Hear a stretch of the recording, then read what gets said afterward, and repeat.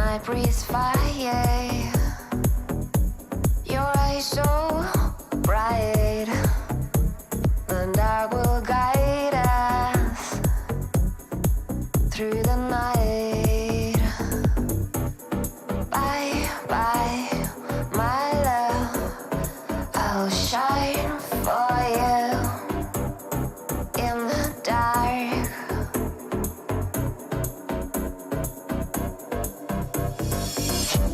The sky is lonely without the sun. It cried for years, an ocean of tears. It's how it's begun. Bye, bye, my love. I'll shine for you in the dark with my tribe of stars. My tribe of stars.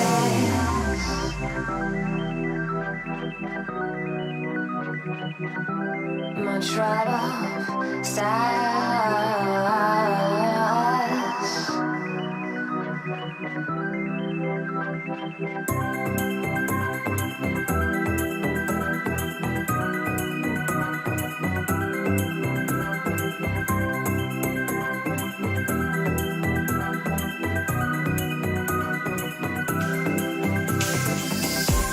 And I breathe fire. Your eyes so bright. The dark will guide us through the night. Bye bye, my love. I'll shine for you in the dark with my tribe of stars.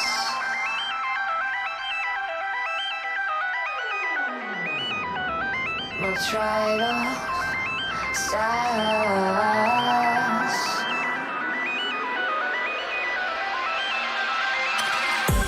My tribe of stars.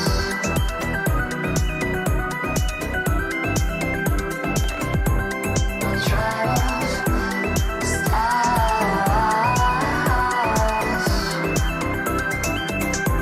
My tribe of stars.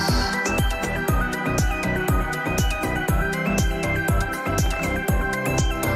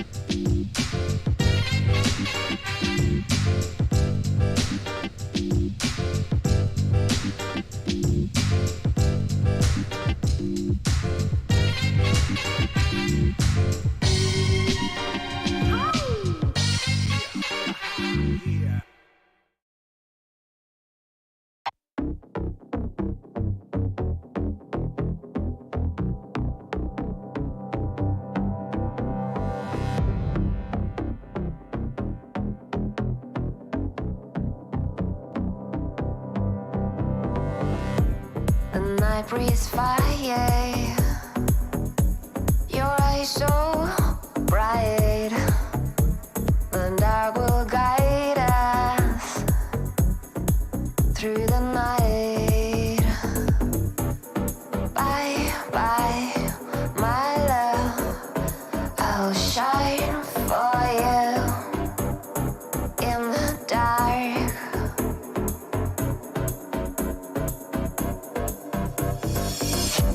The sky is lonely without the sun. It cried for years, an ocean of tears. It's how it's begun. Bye, bye, my love. I'll shine for you in the dark with my tribe of stars. My tribe of stars.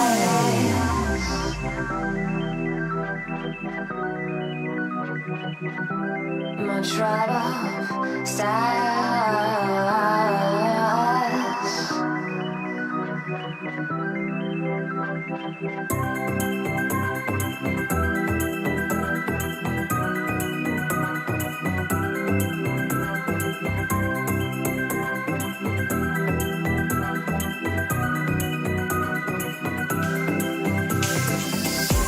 And I breathe fire.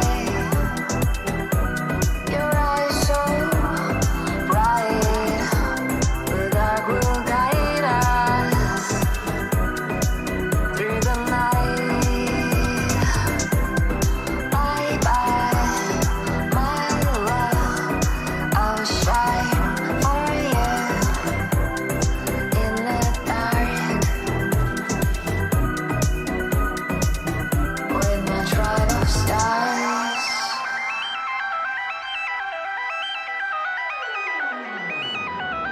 My tribe of stars.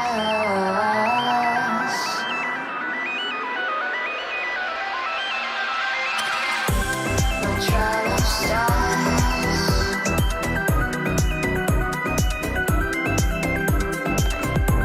My tribe of stars.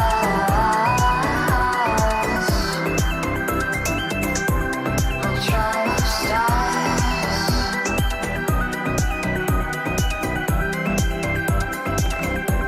My tribe of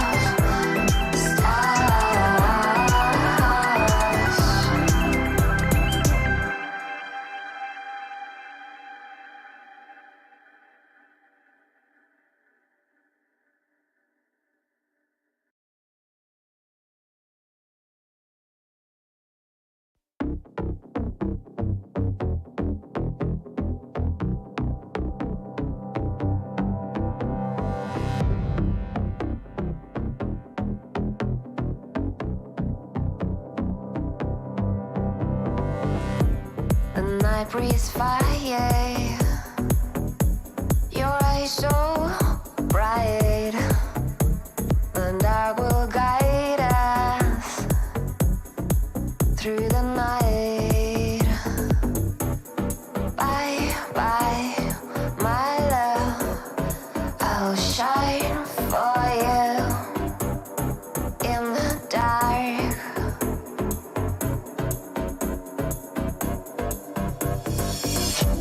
The sky is lonely without the sun.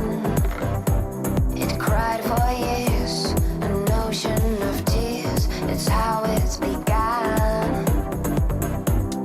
Bye, bye, my love. I'll shine for you in the dark with my tribe of stars. My tribe of stars.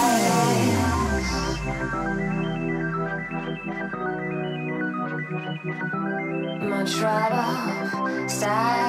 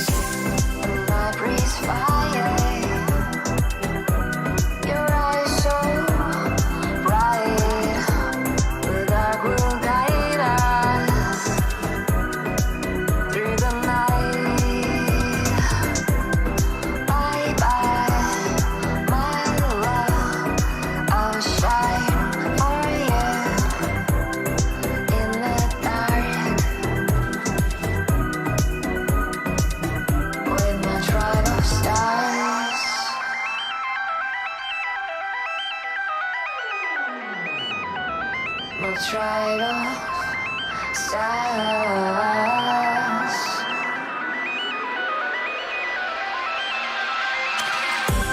My tribe of stars.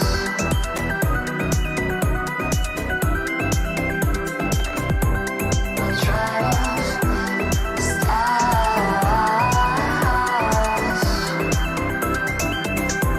My tribe of stars.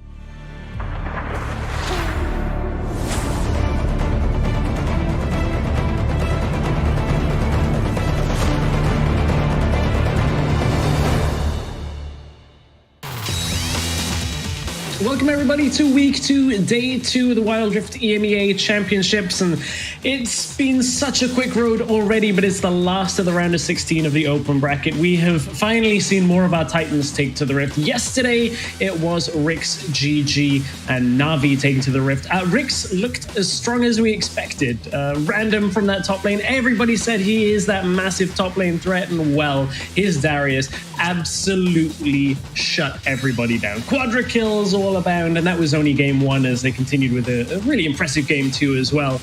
When we looked at Na'Vi, it was a little bit closer. Like, Na'Vi looked like they were going to hand us their first upset, as game 1 was really rough around the edges, and Tropic nearly taking that game off them. Unfortunately, Na'Vi would end up taking it back. Unfortunately, I guess, if you're an Entropic fan, but Na'Vi would close the series 2-0. We're ready to get this show under the way to get ourselves into day 2. I'm so ready. We're ready. Let's get things going with the Wild Rift EMEA Championship day 2. Welcome to the official Riot Games Wild Rift EMEA Championship. Everybody round here, know we get hype. Everybody round.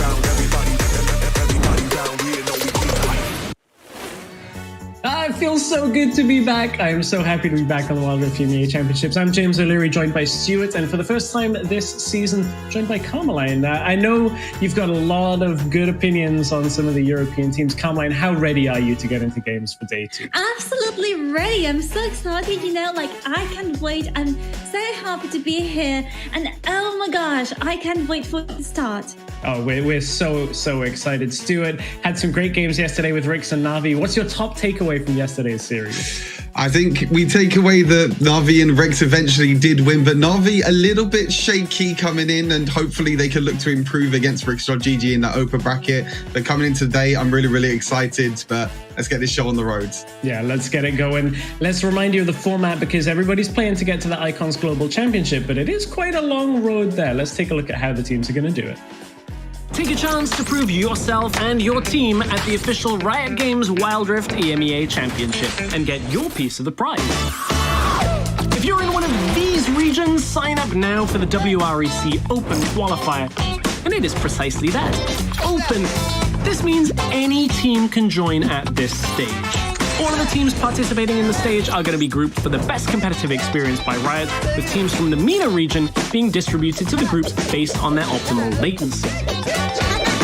Your journey starts here, and hold that screenshot, I'll explain everything you see now. Through a double elimination bracket full of exciting matches, only the best teams will go into playoffs.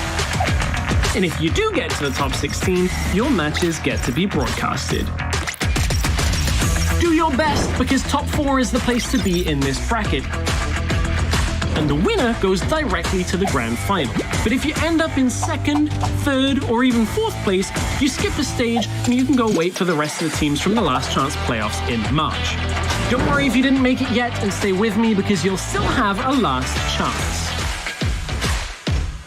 You've been training, your team is at its best, so sign up to the Last Chance Open Qualifier, where again, any team can join and will be grouped by Riot.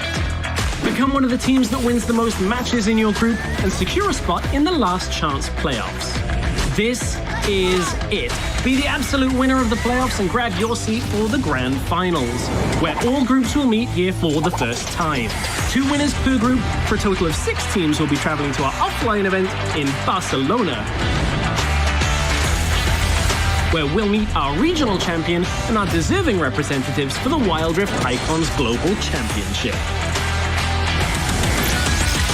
We'll see you on the Rift. You better not miss. Can't believe we are already on our fourth broadcast day. It feels so quick since that first day one where we were going into it. It's a long road for the players and the teams to get to the Icons Global Championship, but that world stage is what everybody is so desperate to get to. Lots of games between here and there. We've had a few already, and if we take a look at the bracket and how it's been updated, Stuart, look at next set of games like Zero Zone Viv, Game Lord Queso, Rix, Navi. If you had to pick one, which is your must-watch match? That's really tough. I think it has to be our Game Lord Queso or Rix.GG Navi. 4 of the Titans coming in to this tournament. I'm really excited to see them, and Navi looking a little bit shaky as well, so that'll probably be the one that I have to look at for sure. That's fair. Carmeline, I know you're a big Blows fan, and when we look at how they played, they've now got Entropic in their next series. What are your thoughts on that matchup? So essentially for me, it's all going to be up to them performing at the best level, which they haven't shown and absolutely during the Ligas of bracket. So we're just expecting them to just improve the gameplay a little bit. And I think they should have this series in their hands. That's another series we're looking forward to watching in the coming weeks. But today's games, Formulation, are taking to the Rift. Stuart and I are very excited about Formulation. They performed very well in Purge. And then our second series of the day, Control against Dark. I think that might be the closest one. And when we look at our predictions, this is like the first real split over where all the predictions have gone. Stuart, you've betrayed Control. What has happened? I mean, I have to try and win the prediction game, and if my heart's telling me Control, but my head is telling me Team Dark. I'm like, I want to beat you, I want to beat everyone else, so I went for Team Dark, but I know a lot of the people on the side of Control, so I'm really looking forward to that second series. Oh, my mind's telling me Control. But Carmeline, your mind is telling you Mood Gaming for our first series today up against Formulation. I know we're going to be casting that series, so we'll have a lot of time to talk about it. What do you think gives them the edge? I mean, for me, I don't know, I just want good games. I just want to be happy. I just want it to be amazing. So I don't care who wins or who loses. In That's fact, fair. Just in short, stress. Well, I mean, I woke up this morning and I knew we were going to have good games, and I know the community did as well. I know there's been a lot of tweets going around. We want to hear from you, the community, whether you're the players, whether you're viewers, and the commentators. We'll hear everything. As make sure you use the hashtag WREC. I finally understood this joke, the fact that it's talking about being in a mood and Formulation going up against Mood Gaming. Team Dark, I think Jash don't int. We haven't seen Jash play here in the WREC, but that's always a good strategy, unlike my games with me and Stuart, where I int and kind of like drag Stuart down a whole lot. Control getting a lot of support from the community. It's so good to see how much support there is for Control, because we're very early on in our competition standpoint, and teams that can get a lot of fans are great. I know that the player that used to be formerly known by Polish Onion, Stuart, he's someone you've played before and also find a very funny personality. So before you head off, what's your thoughts on this matchup? Quick prediction. I know you've said Team Dark, but is it 2-1, 2-0? I really want to see a 2-1. We've seen way too many 2-0s. I really want our first 2-1. Whether it's the first series or the second series, please give us a 3-game series once. Just once. Well, Stuart, I'll let you get ready for an interview that we have coming up and a few other things. So we'll check back in with Stuart a little bit more throughout the broadcast. But Carmeline, it's time for you and I to delve a little bit deeper into the patch. And I think coming out of yesterday, everything was talking about patch 3.0.A. Numbers and letters. Somehow it makes sense in the right naming things. What are your big takeaways from the patch? Well, nothing has really changed. No one's happy. The players are not happy. You will expect different champions to take up the spotlight. They haven't. What we're seeing is more Darius, more Garen. Even Morgana, he seemed to have been nerfed to Bolivian. She's still in meta. So is this the same patch as the old one? I think it is.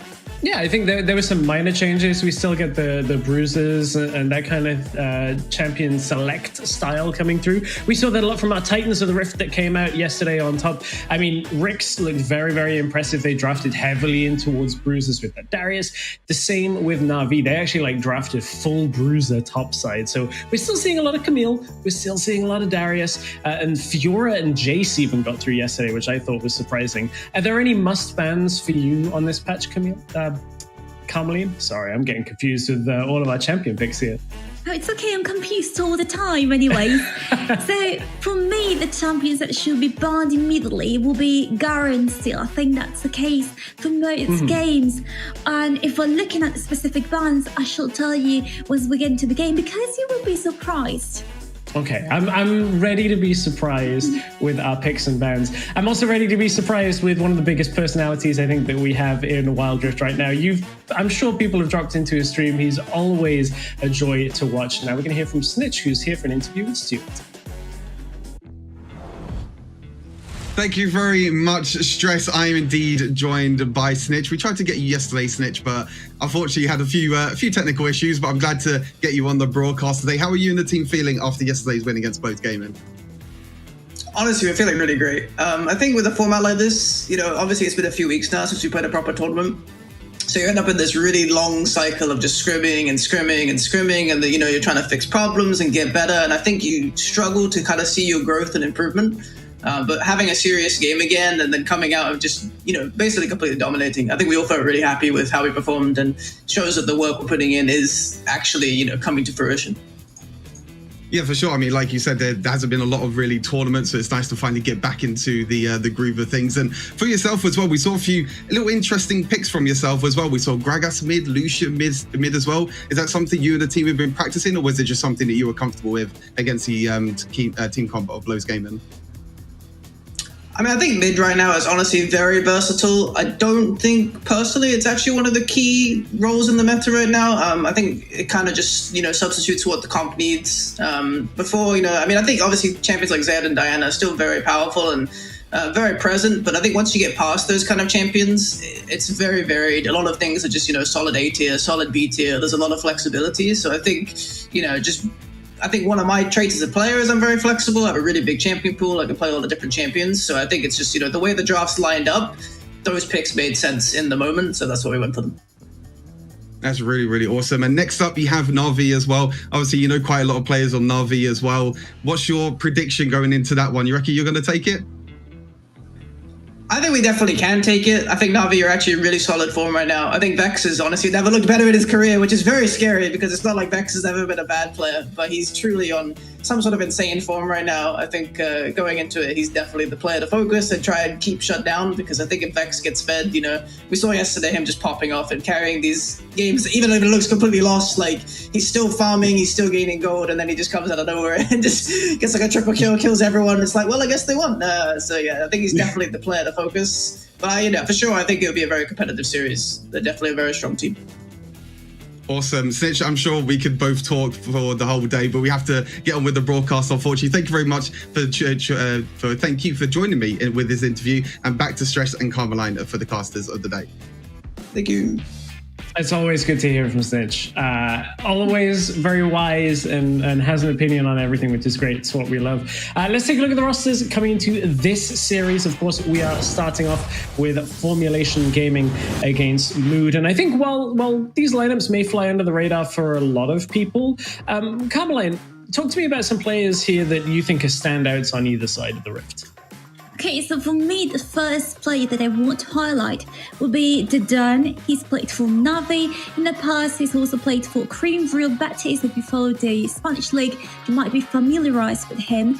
Now, another one that also gets my attention will be Fekko, so the AD carry for Formulation Gaming. He's been playing for Team Vampire, so he's quite well known in Europe as well.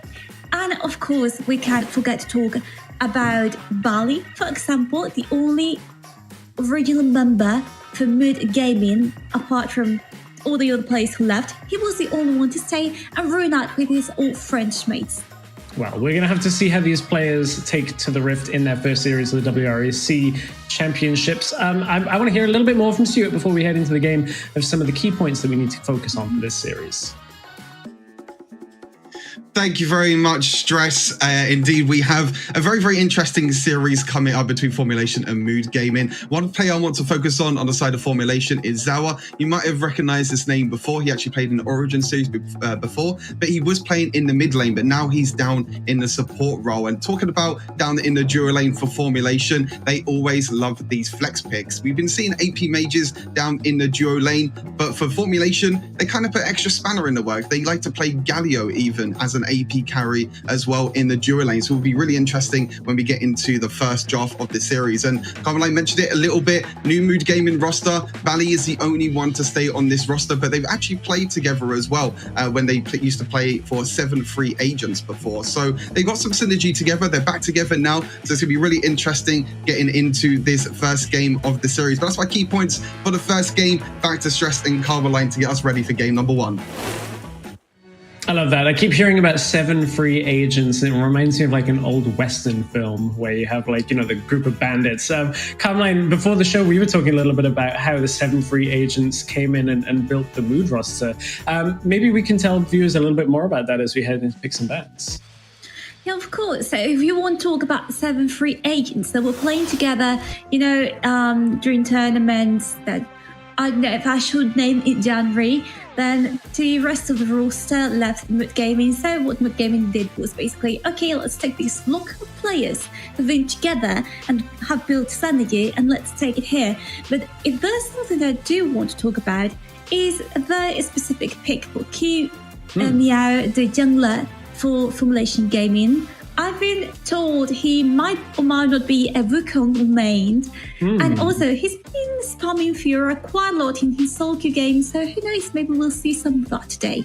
Interesting. We are into the draft for game 1. I love that you bring up the Wukong. I feel like Kamau played it in Purge when Stuart and I cast it in January, if I remember rightly. I want to set a base level of what I expect from Formulation Gaming. They played a ton of Camille, Galio, Engage, just constantly going in and aggressive. And they actually found themselves in the finals with that really aggressive playstyle. So while we've got a few first bans out of the way, we've got the Varus going, we've got the Olaf going, we've also got Fiora and Camille off the board as well.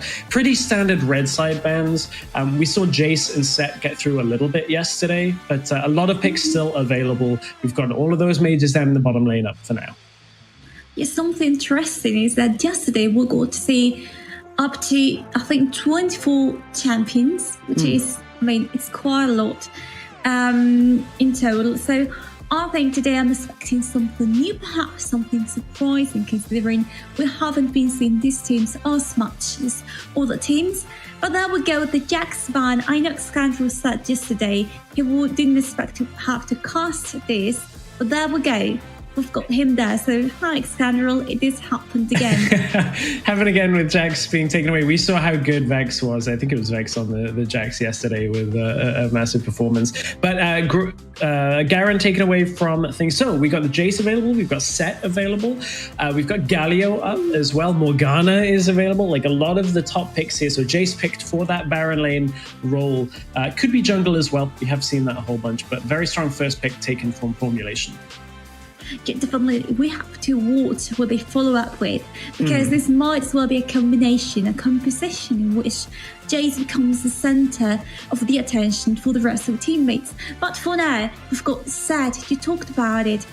He hasn't decreased his importance at all with the new patch, and there he goes once again, first pick for Mood Gaming. Things are starting to get interesting. Yeah, very much so. I always look at Lee Sin as one pick here, as one option when it's available. It's going to be the Morgana taken for potentially that bottom lane carry role. Could also be support. On the topic of supports, Yuumi not available still this weekend. It'll be next week, I believe, that Yuumi will be available, even though we're on 3.0.A, which is what you've been playing on at home for quite a few days now. So Yuumi not up. That's something we're going to have to look at. I do not ever enjoy playing against Yuumi, so I'm glad that we don't have to have her in this mix. Thresh picked up as the support. We've seen Thresh used alongside the likes of Orianna and a few of the bot laners that have less mobility. Very good at getting picks, very good at allowing people to have extra mobility when they don't have it in their kit. Really enjoying this matchup between Thresh and Morgana. I really like what the Binding and the Black can do to each other. So we'll have to watch and see once the game starts. But for now, we have to think as well, what can complement them well in lane? And Ziggs could be the right option here. He's got CZ, he's got Sonin. So for me, Formulation Gaming draft looking good. But hey, Zed has appeared on the Rift. Yeah, Zed is here as a third pick. I always now look towards Fizz as a ban in the current meta. It's a skill matchup, but it's one of the ones that can actually kind of hang with Zed. I actually was chatting with Snitch a little bit about that on the previous patch, and it's kind of a skill matchup, but we've seen players like Rubies take both sides of that matchup and win, which is a bad marker if you're not confident on Zed. Rakan banned away, as well as the Diana banned away, so 2 more bans to go, and Formulation running a little bit of a I mean, this is standard for last patch's meta on the Ziggs. We do still see the Ziggs, but it wasn't what I was expecting out of Formulation. They were running Galio in that bottom lane carry role with Thresh, so I was hoping to see a little bit of that. Yeah, I was hoping to see it as well, but it won't be the case, you know, or maybe it will. For now, we've got Rakan being banned, and maybe this comes from expecting, you know, Morgana going to another lane, and also the things you were talking about, as well as the Alistar. We've seen lots of focus on both Sour and Mellowstar, which will be support for mood gaming. So quite interesting. We are used to seeing top laners take the initiative in this patch. Now it all goes down to the bot lane. For that, the next pick we've got is Listen, the Blind Monk, going there. We'll see what they can do, because I'm seeing a little bit of variety come from mood gaming, but I'm not entirely sold on this lineup yet. Yeah, there's a decent amount of pick potential from here. Not the most straightforward team fighting, and my gut feeling, hang on, that's a Nunu, I'm going to talk about that. I was going to say my gut feeling is this is likely Morgana in that carry role to give you some magic damage, but we'll talk about that with the last pick. Nunu picked up, and in my view, what this kind of does is it buys zone control. Like that absolute 0 from Nunu in a team fight can just deny a lot of engage potential, and Formulation trying to play a little bit more disengage. Picking up an Aurelia for extra side lane too. Yeah, Aurelia has also made some appearances here and there during the past few weeks, but today's purpose is completely different. I'm seeing in her potentially the main carry over the team. If you look at the rest of the composition, you've got a Jace who's going to provide a little bit of tanky that's there. You've got the Thresh for the zoning, the Nunu versus the Assassins, which works really well with the biggest snowball ever. And just to complete mood gaming's composition, there goes Bram. He's been kind of forgotten and or banned in the past few games, and I've got full confidence that he'll be able to make it back in this one.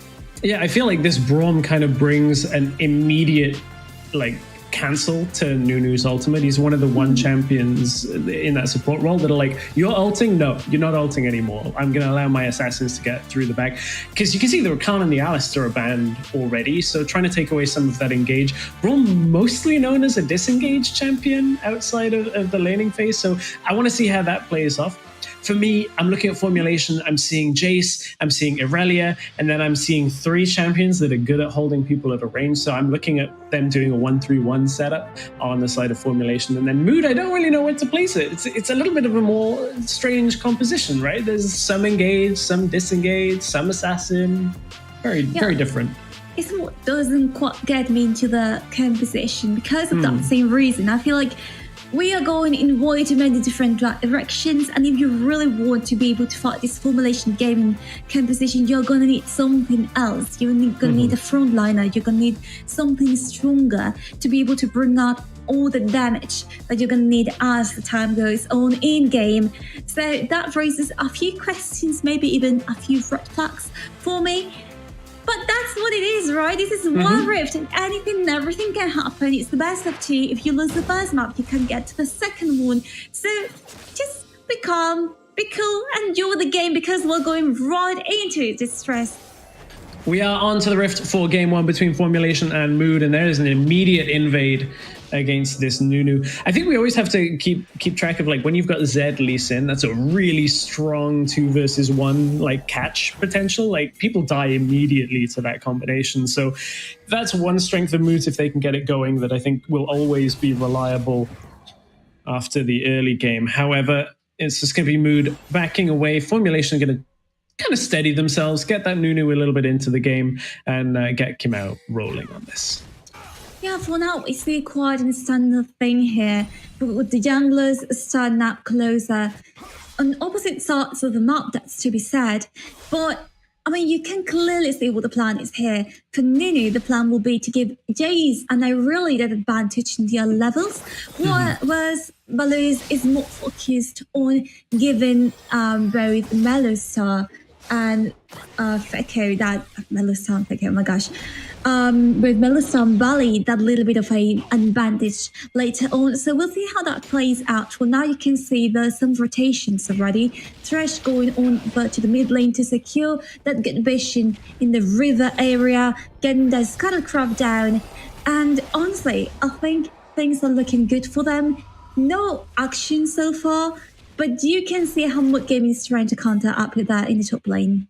I didn't know that's how you make snow crab. You roll a giant snowball into it. But Nunu going for the bottom side crab. Easy pick off. They already had seen Lee Sin. Lee Sin, knowing he was on a ward top side, says, okay, we'll trade scuttles. It's all good. So one of the things that's really difficult against a Nunu, and this is very basics of Nunu gameplay, is like it's so hard to have objective control against the Nunu. Even the likes of Lee Sin is like, you're never really going to beat Nunu in a smite fight. So you basically have to take any objective you can. So I wouldn't be surprised to see Baluz avoid going for the same objective as Kimau quite often in this match. It's also because Nunu is more objective oriented, whereas Baluz's Lee Sin is more a pick champion, you know, like Lee Sin fits better into those kind of compositions, which you mentioned earlier with Zed also being on the team. Now, I want to see how these Morgana and Braum will work together, because you can expect loads of rotations around the map, but will be effective once things start rolling, because you can't only really rely on the Zed and the Zed. So I'm expecting those things to happen. And now I want to take a look at the summoners as well. You can see the Barrier from Jay has been up there, Ignite from Aurelia to provide, you know, that last touch when you're about to kill someone. Barrier from Ziggs as well, indicating a little bit of fear towards this potential incoming damage from Mood Gaming. And nothing really surprising me from the right side. I know you see something out of place, which I do. Now I'm seeing two people here in the bush trying to start something. But Formulation knew that this was coming. Here comes the lantern out as Jason does get blocked as he's trying to get out of under the tower, and Set picks up the first kill. Here comes the Hextech bomb from Ziggs, and first kill goes over on either side. And I mean, I thought Formulation had read it perfectly. They were already in position with Thresh and Nunu, but a good cancel, it looked like, on the lantern in order to pick up that kill onto UI. I mean, in this one case, we're going to see the replay right here. We're talking about them being the Bosch, but take a close look at Ziggs at this moment in time. Also, Nunu arriving with the biggest novel ever. That allows you for so much outplay potential, just like here. Yeah, Don is going to be able to get himself out from under the dragon. Rift Herald has been started up by Formulation, so this is kind of what we were talking about, avoiding Formulation. That whole start of that play looked like Zed was the one that was caught out. Oh, that's the Shock Blast going to pick up the kill. Isn't quite in time to get the dragon at that point, but a big Shock Blast kill onto Zed, and that was Razor sticking around after being so low.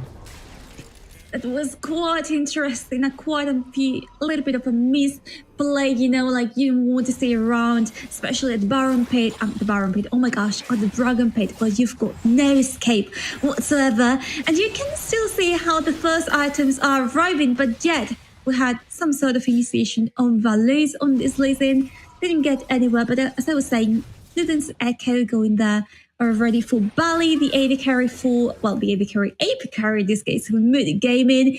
You can also see the Bacteria figures for Jace, for Lee Sin. So, minute 5, you know, it's about time that this was about to happen. Also, only 1.5K of difference between Formulation Gaming and Mood Gaming.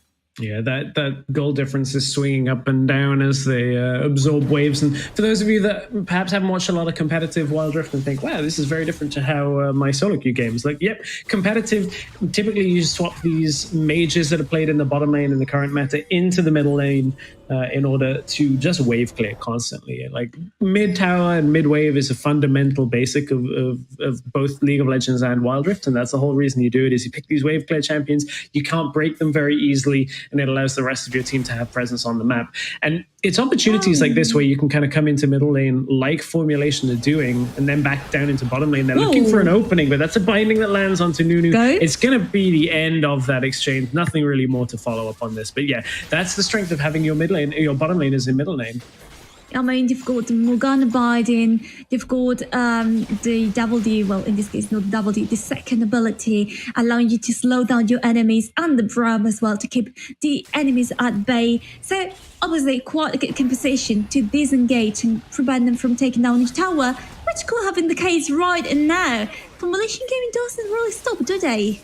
Yeah, Herald used the middle lane, didn't actually crack the tower though, which makes it a little tricky because this Morgana will hold the tower. Might need second Rift Herald to actually do that. So you might see Mood contest second Rift Herald once they've got a few items and once they can actually look to pick people off. UI may be caught in the top side, but here comes Noodle, gonna snowball his way up. Snowball doesn't quite hit, doesn't get the spare off that one, as now it's gonna be Kamau backed away. Absolute Zero will not pick up the kill, and it is Mood Gaming starting to run away a little bit with these exchanges, but it's still the gold lead going to Formulation down behind the towers. Don is going to try and get on to Morgana, but that's a great finding. The Ziggs will pick up that low health tower. Mega Inferno Bomb is not going to quite catch on anybody, as there isn't a disengage from Mood. Oh, the Lantern goes out, but Don actually jumps forward to get the kill, and then lanterns himself away, manages to get it in Formulation. They've managed to steady the ship a little bit. They get tower first blood. They will lose a tower in the bottom side, but this is a very even game so far. I mean, that play was just amazing. You know, I thought they were going to cut to Morgana, but in the end, there was no way. I really would have bunged Wood's edge right there in order to strike this kill. However, if you look at the kill distribution, you will realize that in the case of Moods Gaming, it's mainly been falling on the bot lane, which, if we're being honest, it doesn't matter as much as is play we're seeing here now. So you've got two elemental members for Formulation Gaming sacrificing themselves for what? They don't get a kill in here. I mean, it's quite sad that we're seeing this happening. Whereas for Mood Gaming, Morgana and Bram are the ones being killed over and over, so not such a big loss. Yeah, that tower going over to Ziggs, just managing to take advantage of that Rift Child. From here, this is Don. Like, when the Lantern goes out, I'm like, okay, he's going to just Lantern out, he'll be fine. He knows he's got the opportunity to get that kill, and at this point, Formulation going to try and contest the dragon. That Rift Herald is up, is no longer such a big priority in the sense of mid tower, but there are more towers to get, and they will be able to secure it for Jace. Mega Inferno Bomb comes out, does a little bit of damage, but already Formulation are backing themselves away. They've already got themselves out, and Nunu is pinged onto the dragon. They're a little low on the side of Formulation, and Moods still have a lot of healthy members. Well, at least not only low in HP, but also in ultimates. You didn't have 6 Mega Inferno Bomb, you didn't have the box from Thresh, so that's going to be an issue if they do want to fight it. The ones that do want to get it right now are Mood Gaming heading towards the dragon. They've got good vision, but be careful because they could be trying flanking there from the side of the red blue team. Flay comes back. Damage comes out from Thresh, and they're, don't quite land the hook, won't really continue here as Kamau, he had to burn his flash on a gank attempt in the bottom lane, and now probably has to think twice about standing there for absolute zero. I think this is going to be, for now, a disengage, and now is when you let Jace ramp up this damage from afar. Use the ability 1, the shock blast to come through, use the Ziggs bombs as well. Just try and get damage down before this objective. And yet be the key here. That's exactly what they're trying to do right now, collecting experience there in the jungle. The dragon is still on the rift, not being taken by Mood Gaming. They know what expects them if they try to start it, might be baited. There we go, they're not afraid to fight. Formulation Gaming now have the option. Do we push mid lane? Do we go for the dragon? It is all decision, but the ball is arriving. Yeah, they're going to try and get Nunu into the fight without smite. Yeah, sorry, without flash. It's a little harder for him to close that distance in a last-minute attempt. Dark Binding doesn't quite land. They pull the dragon all the way out. This is going to reset and back themselves away. Here's where the Rift Herald can get work done, though. Between Rift Herald and Ziggs, if they can continuously get 1 or 2 charges off here, you might be able to deal critical damage. But they're going to use it as a distraction, try and get the dragon at the same time. From here, it should be really difficult for Mood to actually stop this play happening. So trading Rift Herald in exchange for getting Ocean Drake, that's their first of the game for Formulation. And something that is also, I want to talk about it, is Yerma's Godsblade. After the serrated Dirk nerf, people were discussing, is it still gonna be meta? Are people gonna build it first item? And we're seeing that the answer is yes. They're still building in the first itemization Also, talking about Zed, did you see the Black Cleaver never leaves the meta, does it?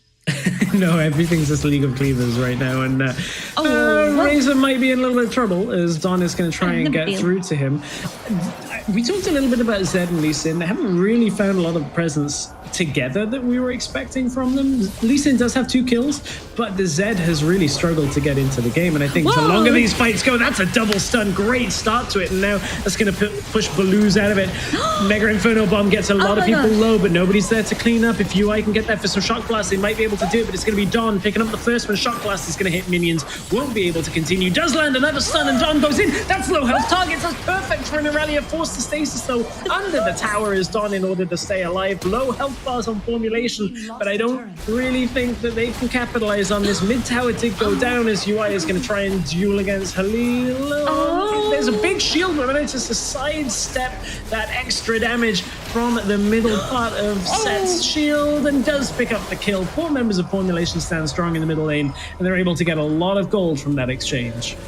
I tell you, I was kind of worried about who was going to be carrying the team for Mud Gaming, and as you said, Zed isn't really doing much. You can say in the play here, the snowball to stop him doesn't quite hit, but it makes him have to go away, walk back a little bit. Then the Mega Informer Bomb again being used as zoning device rather than as an actual skill. And then it's pure chaos. Braum can't do much. He's the main tank of the team, taking the front lane there. The ultimates are just flying, as well as the box from Thresh, and Morgana is hiding behind the tower. There's not much that you can do at this point. You're gonna get the kill, and then Halil ends up being dead as well. So yeah, a little bit of a drama from Mud Gaming taking place right now on the Rift. But we'll see if they can recover. Close. Oh, we're into a fight already as Don's going to get Lantern back out. Catches him during the kick. Sonic Wave follow-up was nearly enough, but they've stuck around a little bit too long. Don is dropping, does get him a little bit of a heal through as now Zawa has to back away, but he's bought enough time for the rest of the team to get there. UI was bound for a while there, and now it's the stasis coming out from Morgana. Won't be enough to keep her alive, and Nunu is going to run this one down through the jungle. Doesn't quite catch it. Sonic Wave hits, doesn't get the hook on for a second time, but formulation continuing to just ramp up this pressure. Now UI under the tower to the skies and out to the jungle with the Lantern as Kamau is going to tank up the tower for just a moment longer. They are going to be able to de-push this wave, so Mood will stabilize a little in that bottom lane, but all of these exchanges are going to formulation. I just want to appreciate how amazing the biggest novel ever was from Crimea. Like, that snowball, whether it impacted anything or not, it managed to split the team up. Like, you had Zed on one side, you left Baloo's on the other side, he ends up getting killed. So it did a quite good job in doing this in a small enclosed area, which is not the important point. What are you gonna fight? In this case, right here, why not in front of Baron, trying to protect it from any initiatives from the team of Mud Gaming, who now have to think really well about what they want to do, because they're in no position to try and counter this. Like, they really have to calculate their steps moving forward if they don't want to lose a game, because we know they're going to rush the Baron. They're going to rush it. They know that Nunu's likely down on that dragon. Damage is way too low. Coming too slowly. I'm not sure stress. I mean, Mood have the, I was going to say Formulation have the crab. Now they definitely know. I'm sure people are just shown, but look, it nearly gets the steal timing off the Formulation, the Specco, but now look, everybody's so low. A couple of members of Mood are going to get out.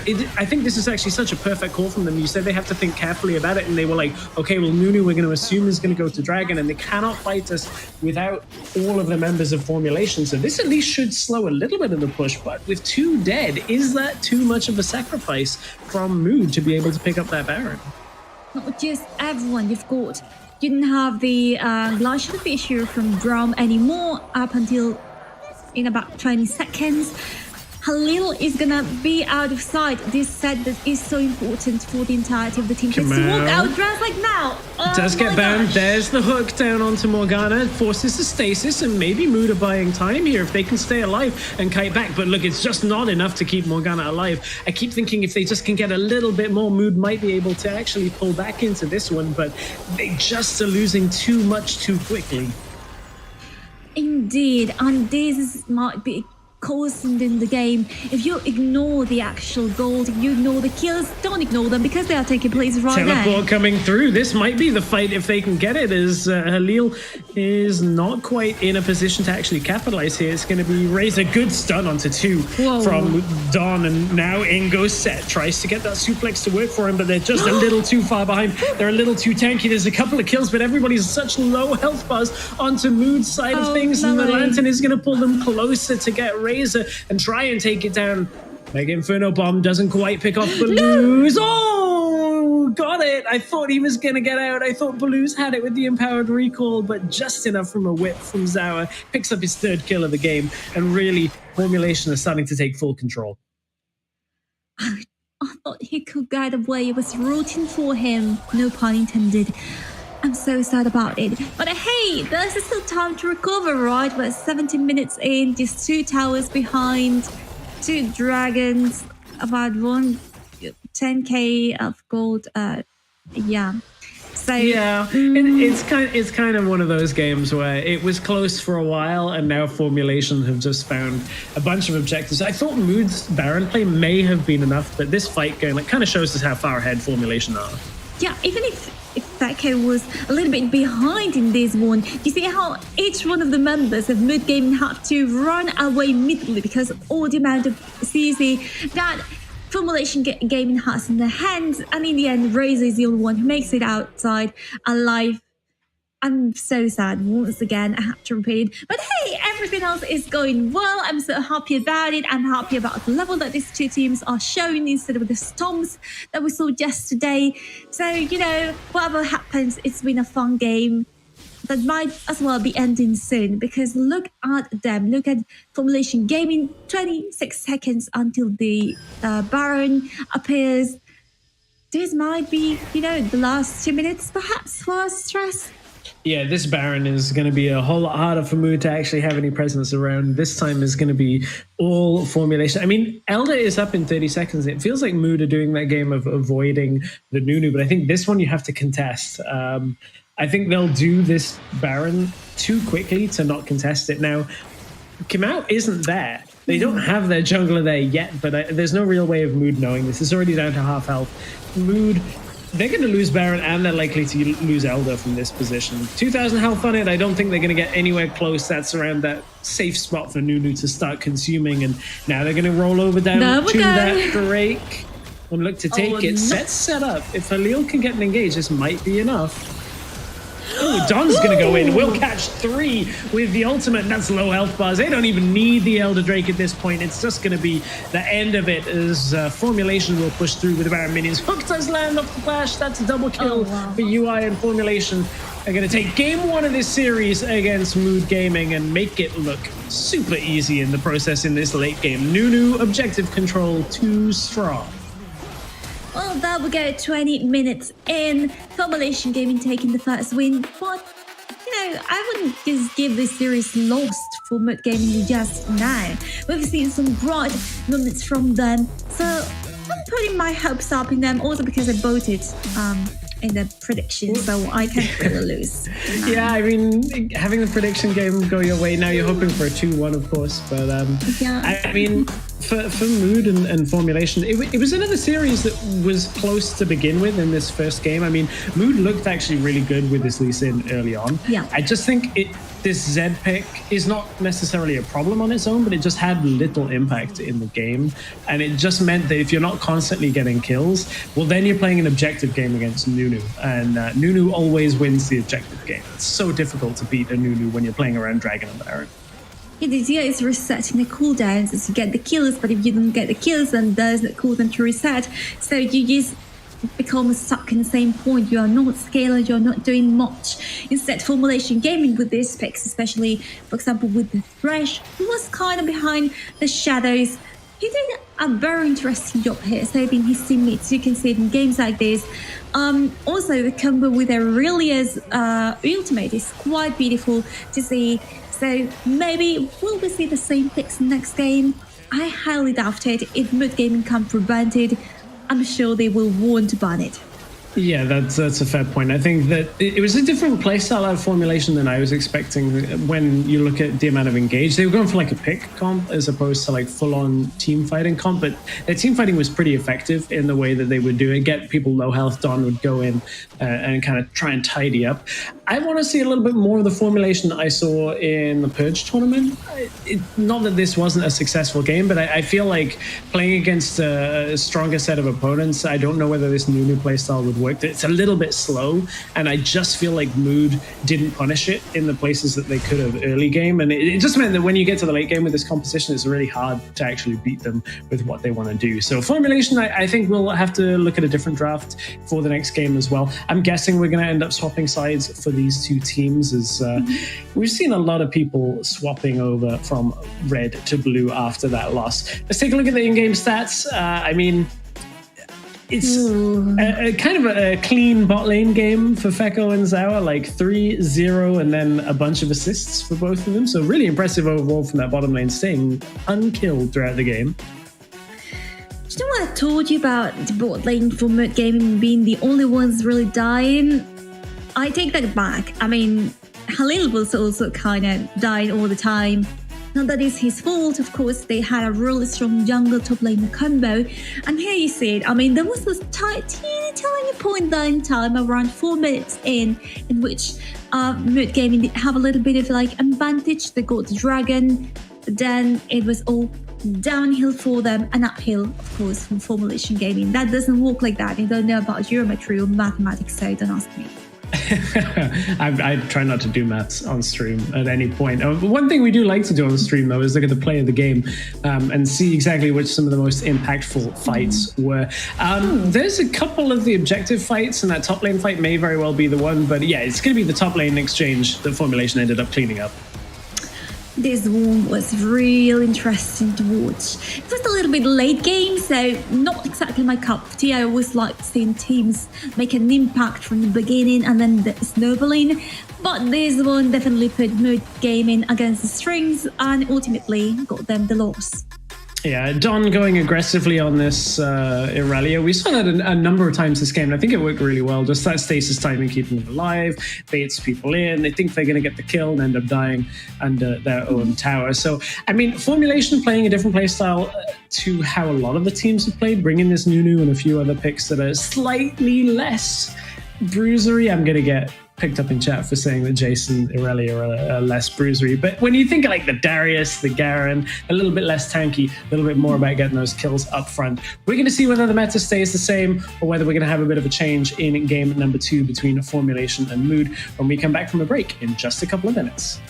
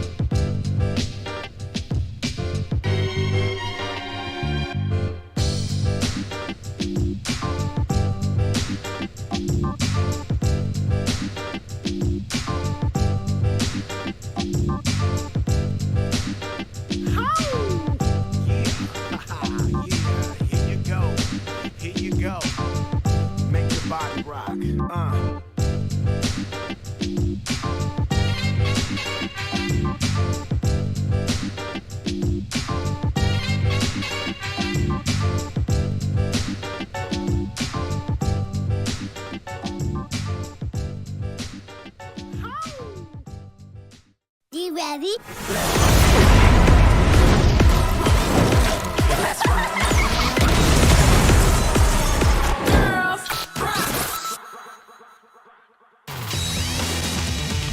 Welcome back to Formulation versus Mood Gaming on day 2, week 2 of the Wild Rift EMEA Championship. I'm awake now. I think we're all awake. Formulation seem to be awake. I hope Mood are awake after that game.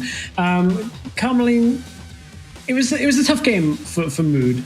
Anything that you think they can do better heading into game 2? To be honest, I'd rather be sleeping. But no, I mean, I think they can wake up themselves, because in the beginning, it was like when you wake up and you're like, oh yeah, my alarm was, ringing. I gotta, go do some things. And then they just fell asleep again. Somehow. Well, yeah, I'm one of those people that hit snooze for a bunch. I want to hear from Stuart on his thoughts on game 1, because it's a little bit different. So, Stuart, what have you got for us heading out of that?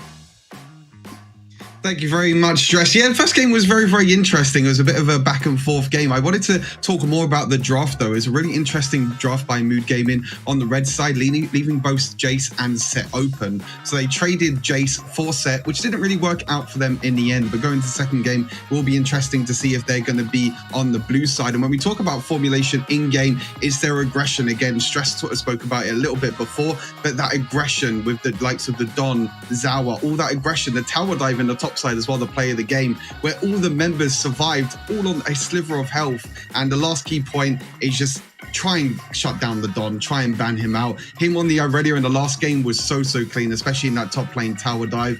It's going to be really, really hard for Mood Gaming to come back into this. I feel like Formulation's aggression and their play style doesn't really suit Mood Gaming that well, but we'll see how it works as we get into the second game. Back to Stress and Comline. Yeah, we're ready to get into our game, or very shortly anyway, as we take a look at the rosters for both lineups once again, just to remind you on how our players all pan out. I think it was a really interesting point that Stuart made about trying to ban out the Don. For Don, playing that mid lane role, we just heard Snitch from WREC talk about this in the interview, where he's like, well, mid lane's not quite as effective, or like not quite as high priority anymore. What else do you think they can ban out other than the Aurelia that would hit Don? I mean, unless they kidnap Don and take him out of the team, there's nothing they can really do to ban him. There's no point. What you can do instead is just, let him pick whatever he wants to and shut him down really strongly once you've got your own composition. Because the focus in one player, okay, now it's done. What will be next? Anyone can take the role of the carry, if you give them a chance. So yeah, basically, just don't ban out the Don. He will win anyways. So try to win with your own thing. So Don is Thanos. He's inevitable at this point. He's always going to end up winning. Well, I mean, it's going to be tougher now, as I believe the teams will be swapping sides for this second game of this series. As we get towards picks and bans, I feel like it's just a really odd situation for Mood to be in, because they're going to end up either target banning a whole lot more on blue side, or letting a lot of strong picks through. Like red side, we've seen historically get quite a few strong picks. It just depends on what you give away as first pick for blue. So maybe if Mood get themselves the Jace, that might be enough to start their champion select a little bit better than that first game. I felt like their initial draft wasn't too bad, getting the Morgana and the Set, but then it kind of took an odd way once those picks were already locked in. So, unless I'm being banned and you're being picked. Oh no, that will go. Okay. So we're ready. Yeah, wait. Are we though? Are we? I'm ready for the draft. I want to see what's going to get banned. So Mood on the blue side, Formulation on the red. Let's take a look at how our draft is going to go. Mood, last time they had to ban the Fiora, the Camille, the Garen. This time it's going to be Formulation that have to ban it. We've seen a rise in priority again of Varus. Week 1, we saw like almost no Varus. We saw a lot of mages in the bottom lane. Now everyone's like, okay, yeah, we should probably still ban Varus again. So getting banned on the blue side a whole lot. Oh no. Okay, leaving out Fiora again. Really?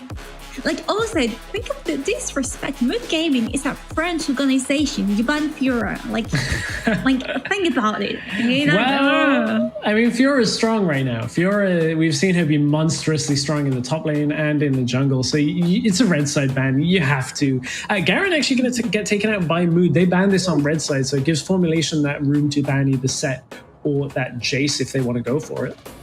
Can I say this now? I'm gonna say it anyways. Banning Garen is for cool woods. Okay? I'm just saying it. I'm putting it out there. He's a champion that spins around with a sword, and that's about what he does, apart from yelling for the Measure. So, I mean, I'm just saying, but as you said, Jace has been banned as well by the side from Formulation Gaming, so whatever happens, you know, but we won't be seeing him in this game.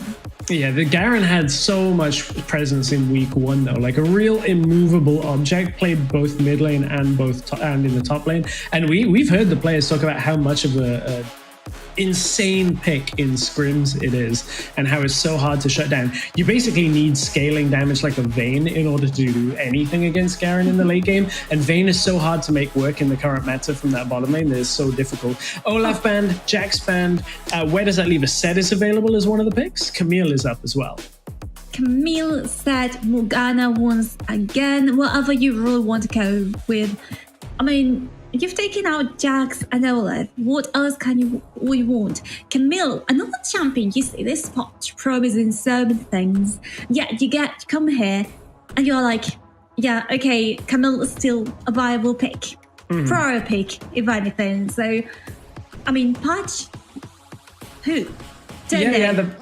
A lot of people were complaining about the patch, but I think fundamentally Camille does exactly the same role. That ultimate change is heavy for solo queue, but in competitive, I think the actual duration is not as as strong as people made it out to be. You still get onto somebody, lock them down, lock down a carry, the rest of your team, pick them up. Gragas has been picked up alongside Set from Formulation. My heart. Okay, Gragas. Stress. Gragas is that one pick that people have been revisiting a lot in this latest patch. They are like, yeah, Gragas is the place to be. Gragas is champion to pick. Why? Because the zoning is so good. You get a listen, you can kick him out with a barrel and just have the listen say hello, goodbye. Great screen. So amazing pick from Formulation Gaming. And we're gonna see Thresh once again. What do we think about this? Yeah, Thresh picked up for Mood, I think is very strong, allows people to get a lot of control. Diana was a pick that we didn't really touch on. It was banned in game number 1 in the second phase of the draft. Now picked as a mid lane pick. It doesn't have too many answers from the side of Formulation. They only have 1 pick left. I actually want to put a pin in the fact that I think Gragas, Fekko is a player that we have seen in previous tournaments playing tanks in that carry role in bottom lane, the Galio. I wonder whether he's also been playing with Gragas. That's a Darius locked in. We have Set, Gragas, Darius. 3 very tanky champions, but each of them brings a ton of damage to the game. Tons of damage. Never mind, it was a joke. An old school joke, if anything. But going back to the ban, shall we? We've got 6 being banned, not going to be present in this game. That's what being banned means, which is going to be me after this one game. But anyways, Orianna, interesting. You don't want her to be in this bot lane, for example. Taking the mid lane could also be a possibility, but we've seen her a lot more in an AP carry role rather than in the natural mid lane position where I used to see her in past seasons. WREC is only 1 season long, so yeah, I mean, you get it. We've seen it in days gone by of the meta. Corki taken away, Ziggs taken away. Again, more mages you mentioned already taken from that bottom lane. I think this leans into the fact that Formulation with that last pick can essentially put that Gragas anywhere they want it to. I'm guessing pick 4 is going to give us a little bit of information on that, but Morgana banned as well leaves us basically in a situation where Brand is the only one, or the Galio. This is the Formulation special. This could very well be the Galio AP carry bottom lane that we saw at Fekko, and this is really fun to watch. Wait, what if we got like a Galio set lane, Could like be. Yeah, like we've seen in the past. That would be interesting to watch. You said it wasn't. You lied to us, Chris. I didn't lie. I said it was difficult to play, and I maintain that, especially in this competition. Now, Vayne outranges, right?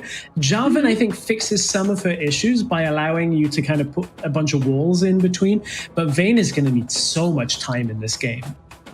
Wow. And with Thresh. Okay, Jarvan completing the roster for Mood Gaming. Once again, I feel like something is not quite okay.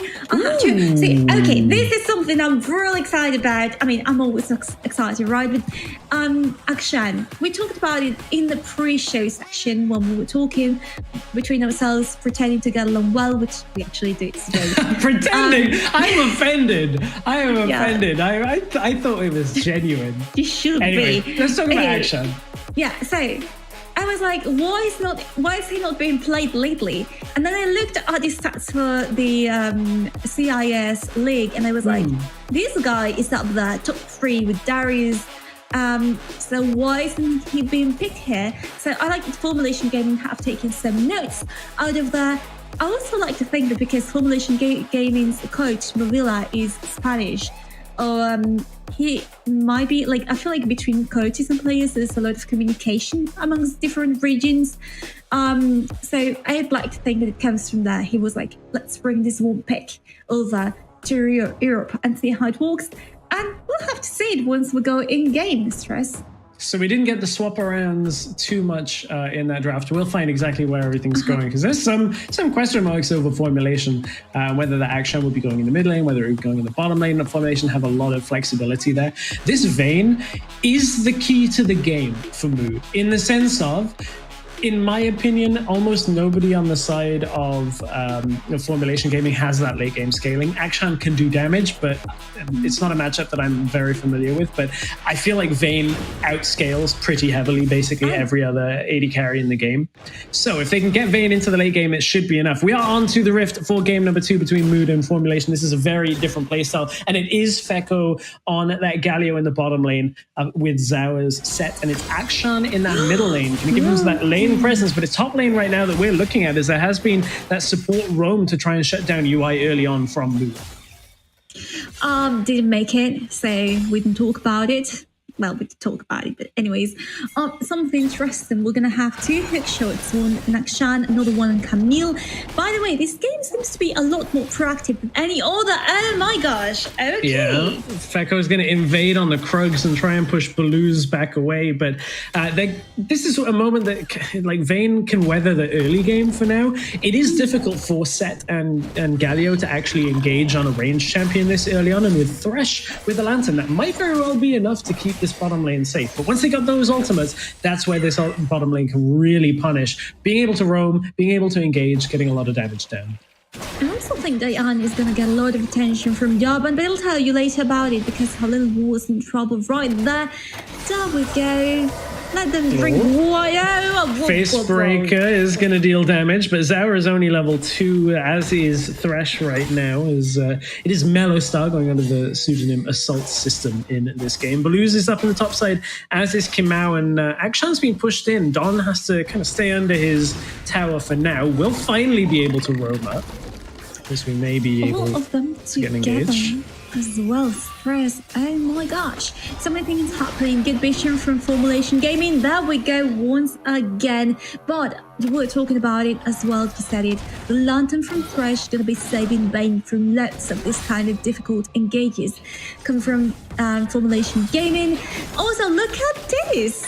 Okay, Reese. I thought this champion, Diana, will have a more difficult time versus Akshan, but I didn't think about the potential here. Oh my gosh. Engage comes through as UI forced to jump back out. That was the Cataclysm used by Baloo's. And yeah, Razor had traded time out of lane in exchange for Don catching his wave under the tower. So Don had the experience advantage, and basically like, Akshan, you think you're safe, and then his ult comes out and suddenly you die, unless you can get behind a turret. So it's kind of difficult to balance that with this Diana lane. But yeah, Razor's doing okay for now. I mean, as he should be, because later in the game, he's going to be the main carry also. That discusses what this bot lane potential has between Galio and Zed. You've got some melee, you've got some range with Galio, but most importantly, you've got loads of zoning coming from both of them. So if they manage to keep this going, then they're going to have to push inevitably mid gaming down into the tower with no escape. I mean, they can't escape like Thresh is doing right now by rotating, leaving Vayne kinda alone, kinda squishy target. We'll see how that goes.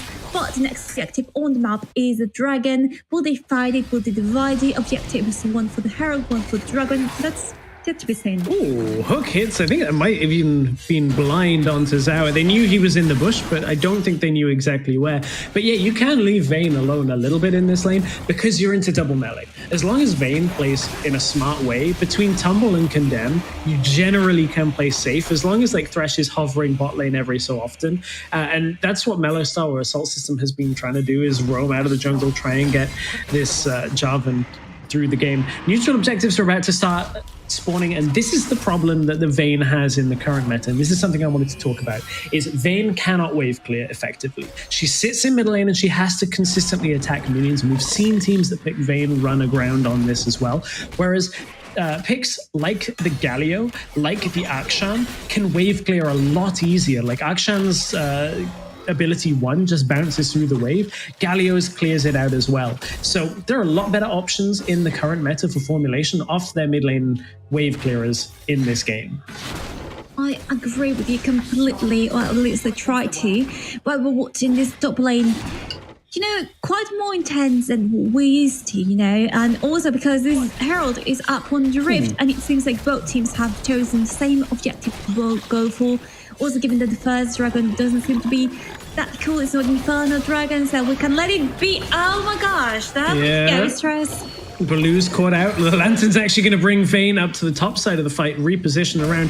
And I know that Razor has been trading with Fekko this entire time, but Razor now has walked himself into a 5-man stack of formulation. They're going to be able to push the mid wave back out. Fekko will go down towards the bottom side again, because remember that Galio ultimate is available. He'll actually recall and get a lot of his health back. There's the Flay coming through. His UI was caught for a moment. Darius tries to get the ability 1 to land, and Camille is pushing topside at the same time. This could be a first tower, depending on how much damage has been done to that. Camille has been wailing on it. 2 plates down already.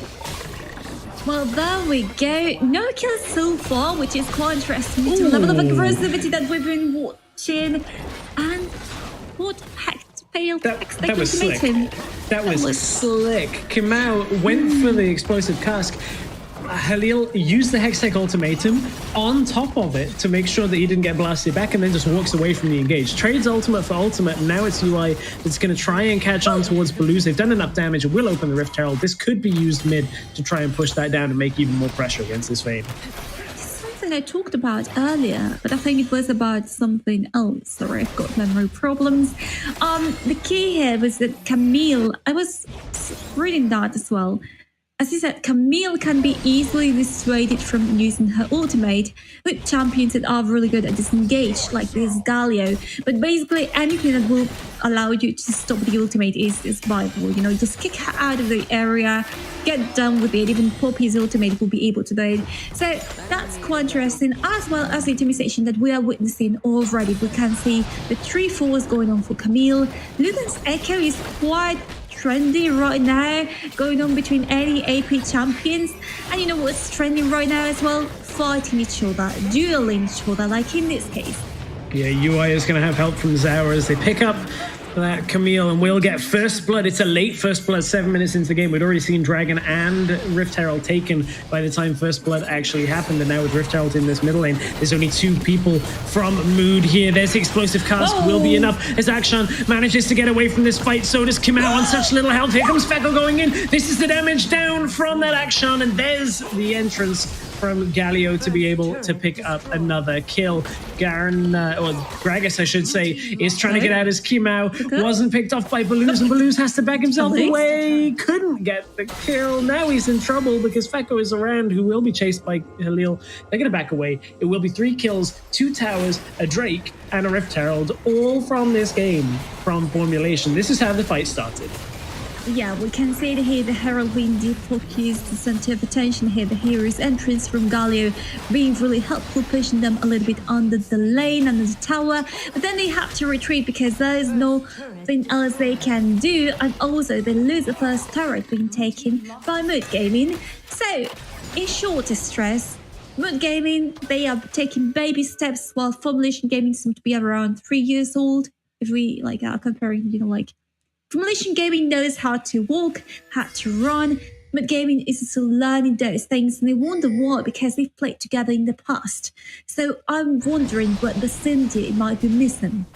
Well, this Formulation Gaming is the one we saw in Purge in January, and in my opinion, along with Game Lord, they were dictating the type of meta that was being played, at least from the teams that we saw. In Purge, RICS were struggling. There were a few other big-name teams that weren't there, and what we saw from Formulation was really, really hard to deal with, and we're seeing exactly that from Mood now. It's like, this Vayne is already having to buy Mercury Treads to try and get some of that tenacity down. I wouldn't be overly surprised to see a QSS or a Stasis come out to try and get free from that taunt, to try and just survive through, because this Vayne is basically the entire thing that Mood are relying on. Because look, Camille's getting blasted away from this fight. Diana's not having so much presence on the game yet either. I mean, Mood need a team fight to go their way if they want to turn this one back around, but look at how good Formulation are at just disengaging from this team fight. Mood can't close the gap. They can't, because you've got Diana. If you want to go all in with Diana, who's gonna follow up? You've got no one to do it. Oh gosh. Zawa is going to try and get it. There's the apprehender set. Tries very much to hold on to Thresh for the kill, but it actually goes over to the teammate of UI. Darius picking up just another kill as Zawa. He's fine supporting. He's just fine getting tanky. And Feka was already roaming over to that mid lane to get in range for the ultimate with Galio. This fight's just going to continue as UI is going to chase him back under the tower. It's Galio going up against Halil in this top side. This is bot lane AP carry going up against Camille. But Feko has the lead on experience and will just use that heroic exit, I guess we can call it, as Formulation to steady themselves for the second Rift Herald. I love the name, Hero's Exit. I'm just gonna leave, I'll leave you here with your issues. I'm gonna stay away. But Halil hasn't quite gotten the message. Or maybe he does. But anyways, the thing is the hell has been taken by Formulation Gaming, while the next dragon, the Inferno Dragon, is spawning about 20 seconds for Mood Gaming. Will they try to fight it? They have to wave clear this first wave of minions attacking them. And then we might talk about something else. But for now, the gold advantage of 5k is causing quite a chaos in this one game. Well, you're exactly right about clearing the wave, because here's what happens in mid lane is when you don't have wave clear, this enemy minion wave pushes up past your Raptor camp, and it means that now Formulation just have vision control of at least 2 members of Mood. They know that they can start the dragon. It gives Zawa the presence to take a step into this bush, and despite the fact that Mood know he's there, there's nothing they can do from this situation, because you either engage past the set and get caught, or you just let them take the dragon. And here's the set, catching them out, and forces the flag and drag away from Jarvan. That's going to open up the dragon for themselves. Zawa, don't know whether he was trying to go over the wall with that explosive plant, but didn't quite make it anyway. Well, sometimes you got tried and just tried, and if it doesn't work, to try again. It's a good philosophy teaching here from Mood Gaming. Talking about them, that getting their blue stolen, not in the end though. You've got Akshan that just roaming a little bit around the map. But now the question is, where will they try to fight again? Because for Akshan, the best place to fight is somewhere where you got like walls nearby that you can actually just jump from them. Open spaces, not the best place for him to be at. So we're gonna have to be witnessing this. We've got the stats for set on the screen, surprisingly low, 112 for him, and his pace is fine. Important ward to block out Zawa. Zawa's doing a good job of hiding in bushes and just trying to find anybody. These enclosed spaces are not only where Akshan wants to fight, but like Galio wants to fight there, Darius wants to fight there. Like, they want to fight anybody in the chokes that they can. That's the situation that Formulation are like, well, we can just get AoE damage off really easily, and there is damage that's going to come from this Galio. Rod of Ages into Morellonomicon, cuts through all of the healing that is attempted by this Vayne, as Vayne on Wit's End as well as Play with the Rune King needs at least another item before I start even thinking Vayne's going to get into this game, and that's going to require a team fight going over to Mood and getting at least like 2 or 3 kills over to Vayne. But at this point, Formulation are tearing them across the map, and UI has found Razor, forces the flash out. UI, I'll take that. Once again, in this game, I'm wondering who was supposed to be the center of the composition, because you've got Vayne, Diana, Javan, and Camille. Who are the resources being planned to go to? Like, that's an entire question that hasn't been answered just yet, because the Vayne, as you said, not doing much. I mean, no kills yet for Mood Gaming. Whereas if you look at Formulation Gaming, you can clearly see UI with the Darius has been the recipient of all these things. So that's another issue, by the way. Failed to hit bar there. Kamau has found Mellow Star, will pick up the kill. Heroic Entrance is in time, and this is 2 fights across the map. Normally you only take 1 fight at a time, but Formulation is so far ahead, they're able to just keep this one going. In goes Fekko, will hold 1 in place, taunted into the X channel, picks up a kill for Kamau, and this has just gone from bad to worse for Mood. 7-0 is the kill score on this game. They're going to turn towards the Baron. Well, 14 minutes in, almost 10k of difference.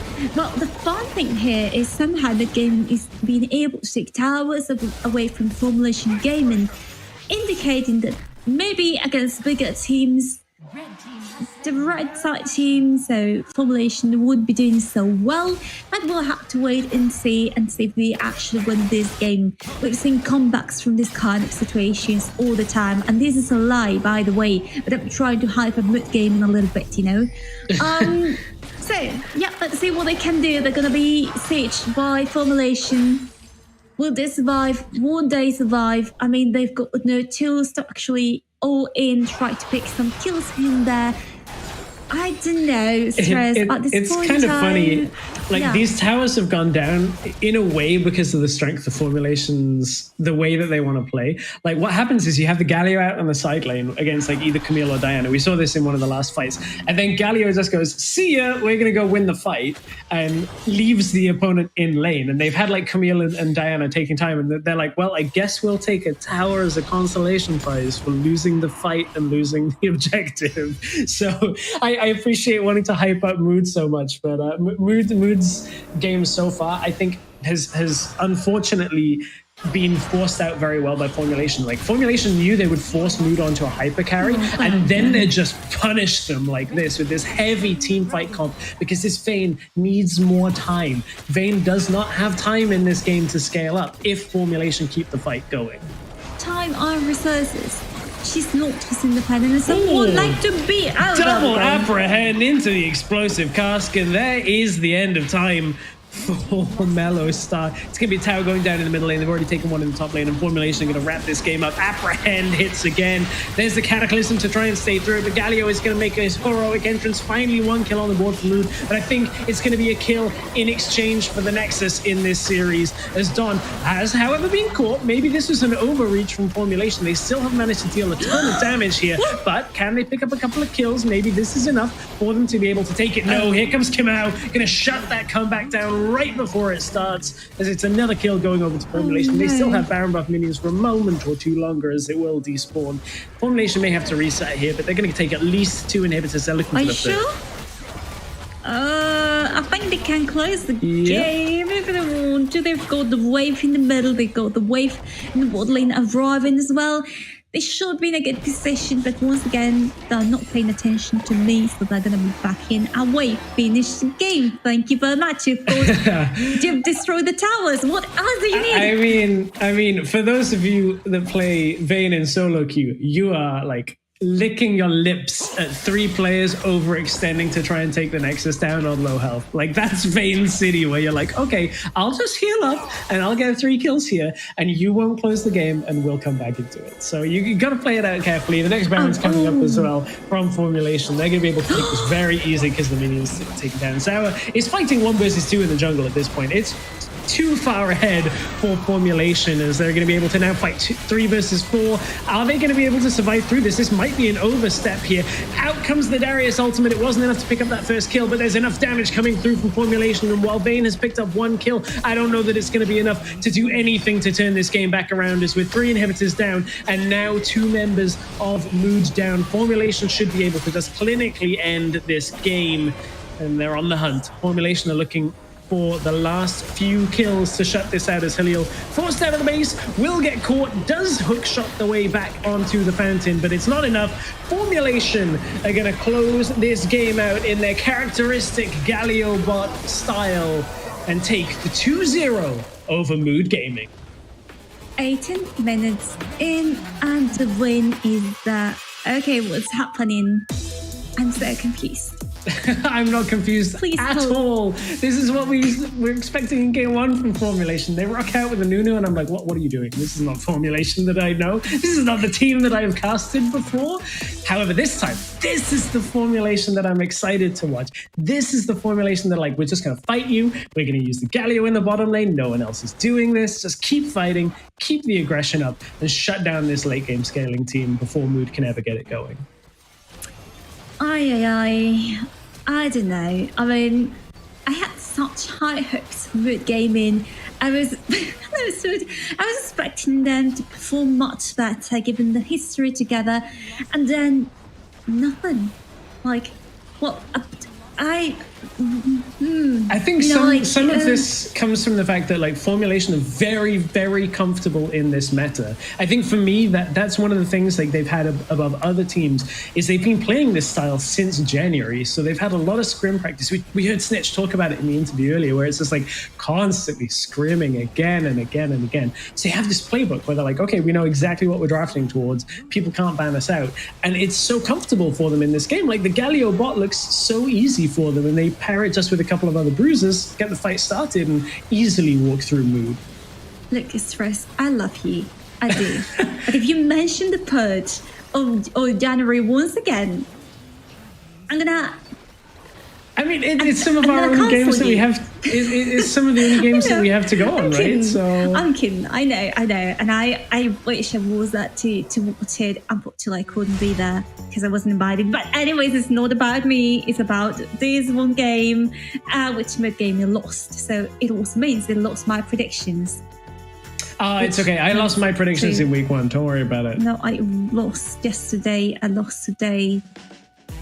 It's fine. It's fine. Yeah. It's all going to be okay. Like, the prediction game, I'm going to just resign myself to the fact that, like, Stuart and Hells are probably going to win it. So I'll throw some curveball predictions in there. We'll have a race to the bottom between you and I to see where the predictions end up. Of course, as you said, you predicted Mood. I predicted Control. So, we'll see how that goes later on.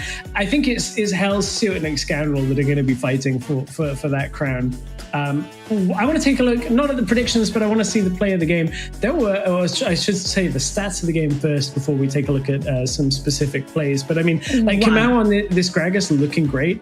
Fekko on this Galio, I think, is another real strong point from this lineup. What about the Akshan taking the back seat and actually just, getting assists here and there, but not actually getting...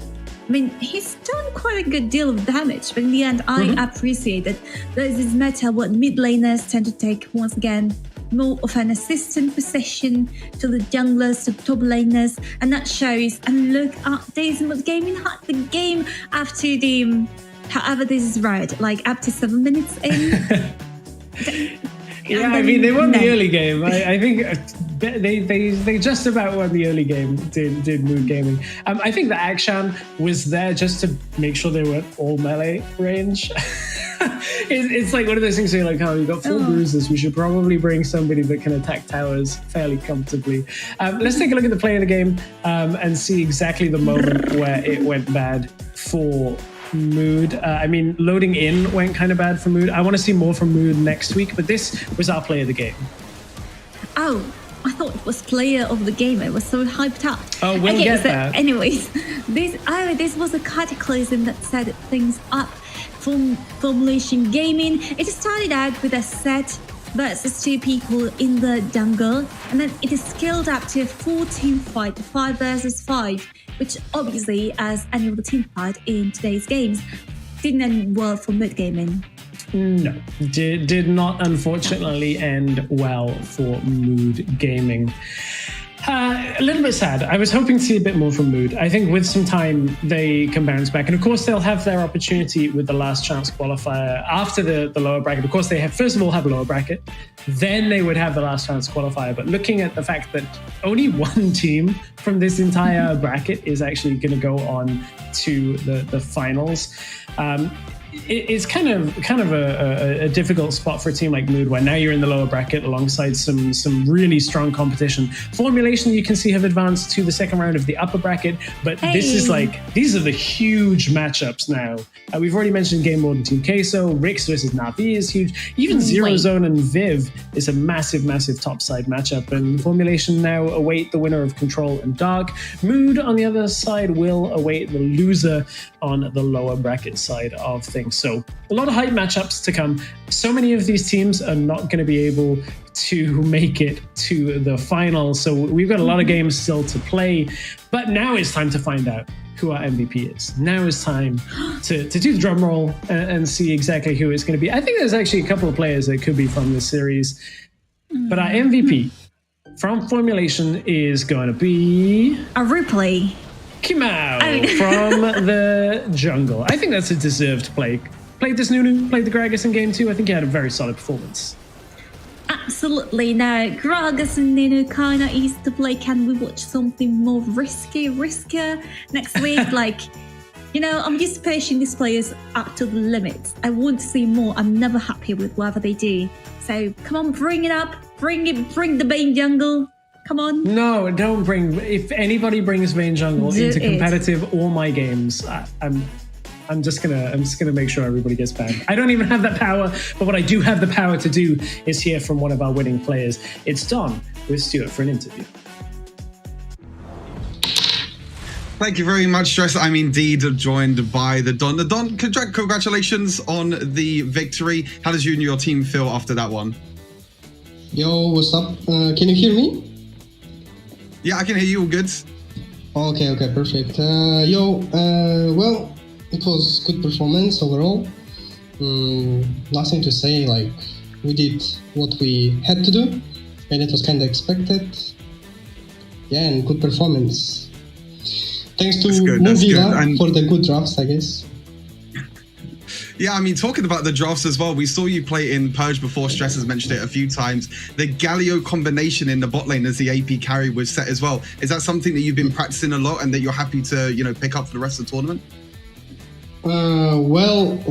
We bring up this comp kind of sometimes, when it's basically the AD carry who decides what to pick for ADC lane.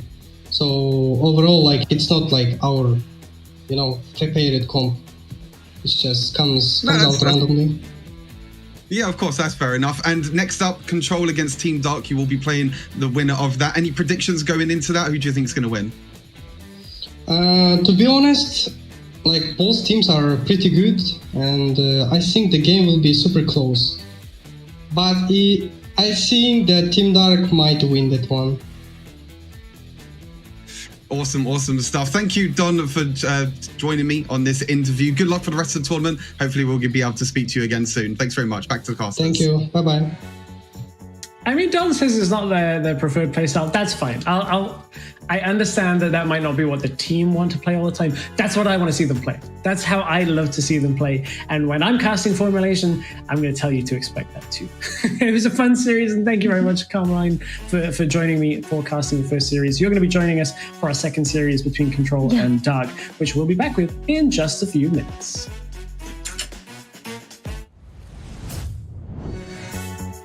If I wasn't professionally, I would be probably struggling in school. Studying, I guess. Keep studying. I would totally study for my exam.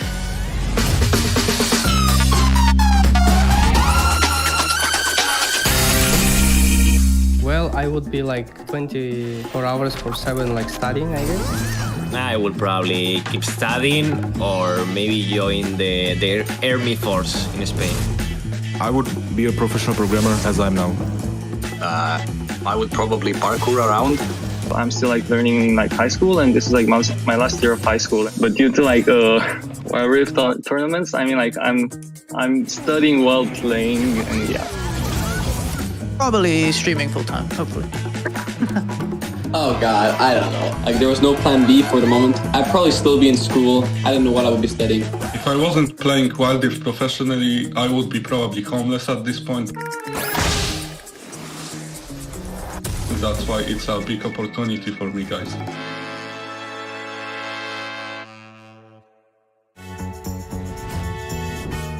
The champion I identify the most as is the Tariq. It's a League of Legends champion. It's pretty beefy guy. It's the guy that actually knows how to pack the punch, and this is how I am in real life.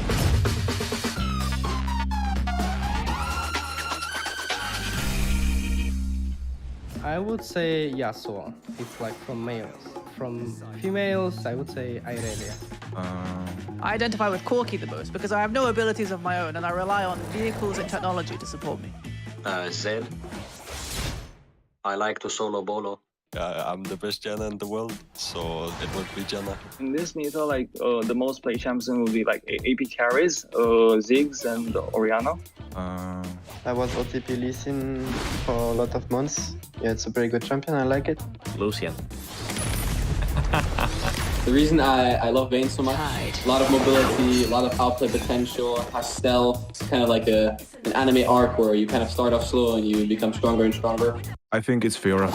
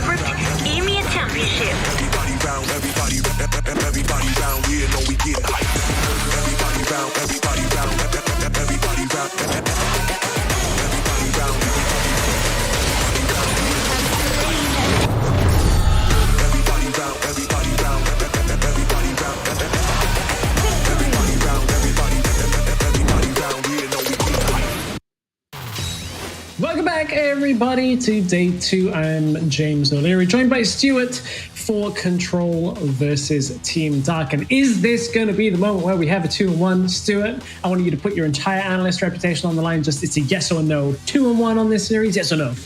Yes. Yes, perfect. That's what I like to hear. That is exactly what I want to hear. We're going to be casting the games. We're going to be getting into the first game very, very shortly. But before we get there, I want to hear what Carmeline has for her points of the game. So, first of all, thank you for giving me the water right now. I really wanted to talk. I haven't been talking for like 5 minutes. That's way too long. So let's just start with the first point. Ryder is swapping teams. Is this shady? No, it isn't. He used to play for Team Dark, and now he doesn't do that anymore. That's part of the game. You know, sometimes you change teams. Will there be some beef between them? We have yet to see. But I mean, there's so many things to talk about. Like, think of Ellie, for example, right? The top lane there for Team Dark.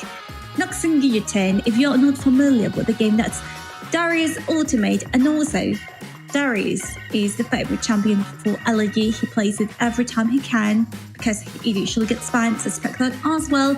And I also say, like, give him the chance to play the champion, you know, like, what, counter him, whatever. Fiora, for example, I don't know, you decided, you're the team, not me.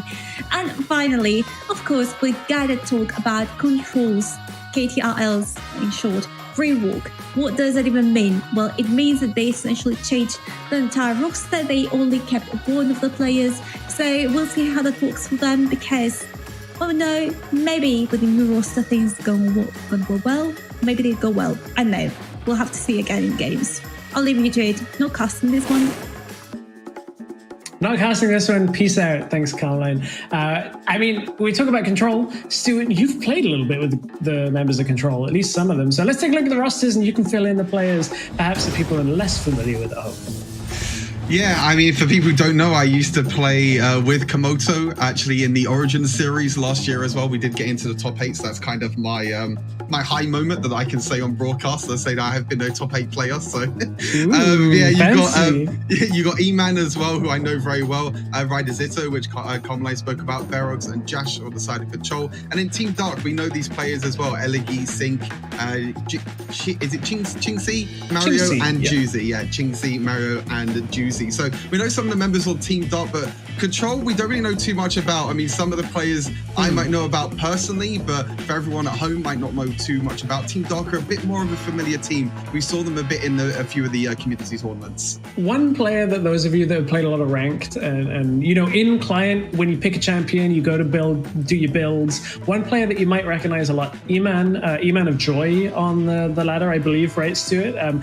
Every single time I would go into a champion in like October, November, December, top rated build would always be E-Man's build. And I would try it and sometimes it would be trash. I'm totally blaming it's the build. It's not me. It's definitely not me in solo queue, but a couple of familiar names, hopefully some that we'll learn as we go through. This really is, and I'm hoping we're not putting ourselves out there too much. I think this is the first series that really is closely contested. I think every other one we've been like, okay, it should be heavily favored in one way. Very much looking forward to see where the picks and bans end up here because we just came off Formulation, who in my mind have a very specific playstyle, even though they will say a little differently. This time we actually don't have too much to go on for Control or Team Dark. So I'm looking forward to seeing what these big priority picks are going to be. 100%. I think Carmen and I spoke about it very briefly, but the Darius I think is going to be a high priority for both of these teams. Elegi loves to play this champion Darius and at the moment as well, with all the nerfs as well to the other AD bruisers like Set and Jace, I think he'll definitely be a huge priority. But like you said, you know, this hopefully will be the game that will be really close, and it is a very split community as well. You've seen the predictions online as well on social media, the predictions with the talent as well. It's either some are Team Dark and some are Control, and this is what makes this series so exciting. It does. Control putting me at the top of their caster tier list gets extra points. I'm going to always vote for Control. I saw you down in like B tier, Stuart. Don't worry. It's because you predicted Team Dark. Lee Sin off the board. Sync is not going to get that for the first pick. I like blue side Lee Sin ban. I think it's good. Like I'll consistently say this for as long as Lee Sin's in the meta. Rarely is he first pick worthy, but he's almost always first rotation red side worthy. Like gives you a really strong basis to play from. Now we get to see red side bans. Have to imagine it's going to be the likes of the Fiora, the Darius, the Garen, the Camille. They're all good options for red side ban. 100%. Yeah, like you said, Lee Sin not really worthy of a first pick rotation for the blue side, because most of the time you want to pick them AD bruisers are a lot stronger, like Set, Jace, Fiora, Camille, but most of the time you'll see on the other side as well. And Sync we've seen play Lee Sin as well, and he is a very strong champion as we wait for the second ban as it's the time's run out, so hopefully Team Dark haven't missed out on a ban here. We'll have to wait and find out for that one. But yeah, Lee Sin not really someone. Oh, there you go. There is a Fiora ban as well. I think Fiora is probably, I would say, one of the best, if not like the best Baron laners now, because of all the nerfs to all the other champions. So obviously can be played in the jungle as well, so that flex pick not going over to the side of Control. I totally agree. Like, she's theoretically one of those champions that should be late game, but her early game is so good that you give her any kind of advantage and she'll just walk away with the game. Diana taken away from this lineup on the side of Control. Want to try and reduce some of that team fighting. That is a Z red side ban. Ryder Zito, I don't, at least he's not one of the Z players that comes to mind for like banning red side immediately in my mind. This is a weird one from Dark. I think it's actually quite clever from Team Dark, because Team Dark are saying kind of what Mood Gaming did in the first game of the previous series. They're like, okay, are you going to ban Set? Are you going to ban Jace? Are we going to ban it instead? They're kind of like saying, okay, normally you see a lot of Set and Jace banned on the red side, but instead now they're not banning any of them. But now Control are like, okay, we don't want to first pick Set. Are you going to ban Jace? Are we going to pick it? And instead they ban the Jax, and that is going to be a first pick Jace, but quickly followed up by a Morgana, which will most likely, we know Morgana now, most likely in the dual lane, probably won't be seen in a support or the mid lane. And a Kha'Zix first rotation as well. That's a very, very ballsy pick for Sig. Yeah, this draft is very different, and what I want to quantify a few things, especially around the Z and around the Kha'Zix when we talk about this. Like, comparing it to the way that the other teams are drafting in the meta, these are far higher priority in this draft than they ever have been in other picks and bans. Like, Garen finds its way through. Garen is just going to tank up that entire Kha'Zix damage, and Morgana takes a while to take out Garen as well. So with Jace, with Garen, really strong bruiser setup for the side of Control already. Yeah, I'm really liking Control's team at the moment. You know, you already said you got the AD bruisers, you got the Jace with the poke and can also go into melee range. You got the frontline tank of the Garen as well. You got Thresh, and there it is. You don't ban Elegi's Darius, he's going to pick it, and he does pick up the Darius in the end. Obviously can be flexed around, can maybe go into mid lane as well, but most likely will go into the top lane on the side of Elegi as well. And we heard Peterson talk about this is one of the potential matchups that Garen can struggle in, is the Darius matchup. And now you're playing against a Darius main. So this is one of these opportunities we're expecting to see it. Quickly to round out second ban phase is Ziggs banned already, Rakan banned to try and take out some of that engaged threat from the side of Team Dark. Varus taken out as one of those bot lane picks. Where have we got? We got Orianna left, Brand left, Morgana's already taken. Corki would be the other one that comes to mind for Control potentially to look at picking. Yeah, interesting enough, Team Dark ban out the Varus in the end. E-Man does like playing Varus. He is quite a Varus abuser, I guess you could say. But I mean, most likely you would be seeing an AP champion on the bottom side here for Control, because they already have the Jace, they already have the Garen as well, with Diana being banned as well, which is kind of the only real AP champion that you see. The Corki being picked up as well. We've seen Corki banned quite a lot, and the priority of Corki has definitely gone up quite a bit as well, especially with all these champions as well, which means that it might even be Corki mid as well. It might even be seeing a Morgana support. This definitely puts a spanner in the twist for the side of Team Dark. Yes, and from Control side, it has to be Orianna. She's the last pick available in that mage. Otherwise, you're falling down into like A and B tier of viable picks. So I actually think this is still pretty good, because this is going to sound odd in team fighting. Like Jace, Orianna, while they are like ranged champions, they aren't that ultra long range that we see from people. They're not as quite far out as Corki can do some of the damage. Morgana can deal damage a little bit safer. So it's still quite a short range composition from Control right now. Against Darius, that's where they struggle. And there's some disengage coming through. Yeah, the Gragas being picked up as well. Is that mid lane Gragas? I believe it is mid lane Gragas as well. Garen in the top lane, Jason jungle as well. It could very much be a mid lane Gragas for Ryder Zito. I spoke a little bit to Snitch, but obviously before the first series as well, about Gragas in the mid lane as well. Obviously did get the buff in patch 3.0a as well. A little bit of AD damage. We've seen Gragas in the jungle as well. And I think Gragas is just good for both situations. If you want a bit of engage, if you want a bit of disengage. But wow, that's a Sona. We're going team fight. Team fight scaling with Sona. Don't know. That's one I want to focus on in lane. And I want to kind of bring up that Gragas point that you were just talking about with Control. We've also seen Garen in the middle lane. We've also seen Gragas in the jungle. So like Jace, Garen, Gragas can triple flex through 3 roles, each of them. And you normally don't get to do that on blue side. Like normally you don't get to be like, okay, well, we'll just decide once we see all of the lanes. So this Sona, I don't think affects the draft in the top half at all. So Control kind of get a bit of a freebie on that one. But Sona, Darius, Corki, Morgana, team fight is quite strong there.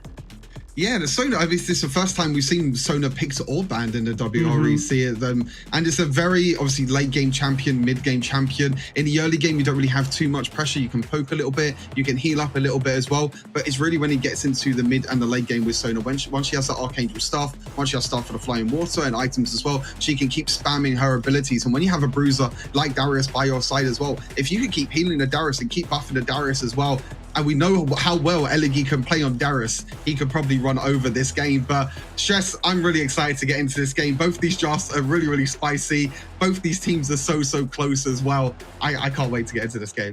I can't wait to get into the game either. For Control, this is like an early healing reduction game, like 100%. You do have a few champions that can apply it quite well. Executioner's Calling on Jace would be one. Oblivion Orb on it's not the best Gragas item in the world, but when you look at like the necessary fact that you have Sona healing, you have Morgana even has a bit of healing, Kha'Zix healing, Darius healing as well. I think it's going to be something Control have to address early on. And the lanes have settled. We've got Garen in the top lane. We do have that Gragas in the middle lane that you mentioned. Jace in the jungle for the side of Control. And it's Morgana mid and Corki on the bottom side. That was a little bit more standard out of Team Dark. And there's a lot of trading early game already onto that Corki.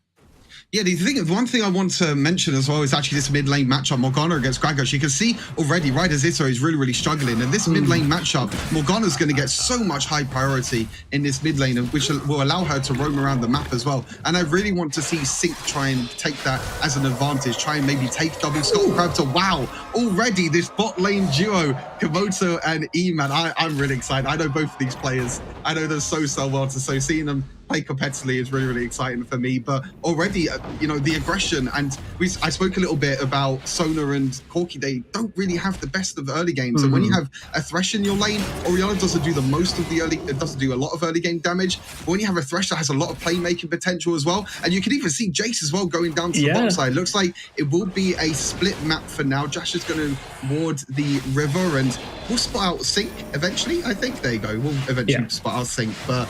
Yeah, a bit of a split map at the moment, which shows that Control really want to try and play through this bottom lane if they can to try and get an early advantage before this Sona ramps up.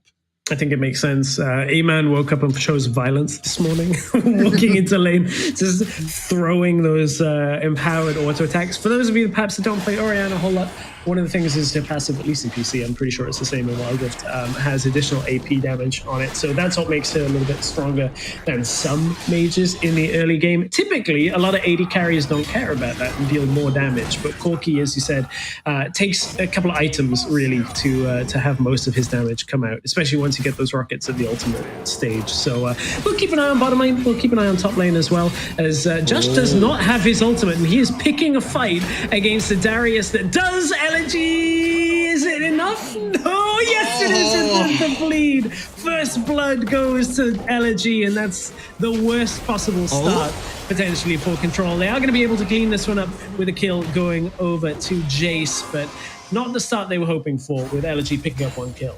I mean, Control, Dame tweeted he doesn't want Josh to in, and he's already inting. He's already died first. I mean, I don't know what more. If you don't want your top lane to in, give them Garen, but he still dies to Elegi anyway. I mean, really well played by Elegi, taking advantage that he had level 5 available. Unfortunately, for Josh, he didn't have level 5, so he was a little bit far behind there. But really nice roam by Jace, by Komoto as well. Sorry, by Ferox. I got a little bit mixed up there because his name is Ferox, but in-game name is a little bit different. But yeah, Ferox and Komoto roaming up into the Baron lane as well, which evens things up a little bit, which means that E-Man had to be by himself down in the Dura lane. But if you're playing these AP mages down in the Dura lane, you're completely fine, especially as an Orianna as well. You can clear the waves really quickly, and it allows Komoto and it allows the Thresh to roam around the map and make these plays. I don't know about you, but that's a mistake I've made, the one that Josh just made so many times, where you're like, I'm not quite level 5, but there's enough minions in front of me that as long as I kill them while we're fighting, my ult's going to come up and I'm going to be able to ult him and kill. Against the Darius, that's like suicide. That is like the worst decision you can make, because unless you get that kill, he's just going to run away with the game. And I think that's really like Elegy is in such a strong position from this.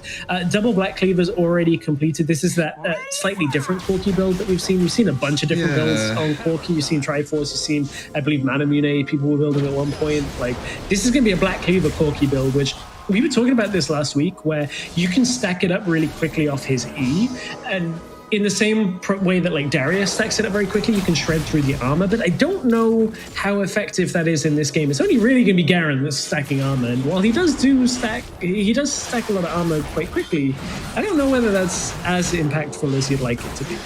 Yeah, I mean, if you talk about the Team Copper, Team Dark as well, they have Darius as well, which will, you know, help quite a bit with the armor reduction that you'll be able to get from Black Cleaver, but I might have to stop talking. Corki still has his package available. They're using the Rift Tower. We might get a fight.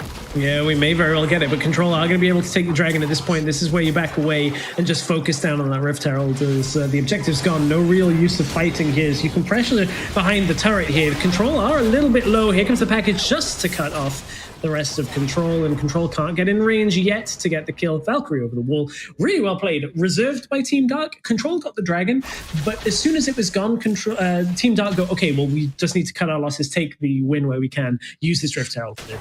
Yeah, I really like the Team Dark uses the Rift Herald mid there. Already opens up the map completely. When a mid lane tower goes down at 5 minutes into the game, you have to be so careful now as an Orianna. You can see Orianna's pushing up a little bit too far for my liking, to be fair. You can see how much control it could give to Team Dark around the map now. They can use this to try and make some flanks, try and get their mid lane priority as well, which is going to be a lot easier as well for the side of Team Dark. But they used the Rift Herald because they knew that Control were going to be at the Dragon, so they knew that they were going to take a bit longer to rotate to the mid lane, and they were able to take the mid lane tower as well. It's a big lead. You know, it might not be a big gold lead, but it's a big map advantage for the side of Team Dark.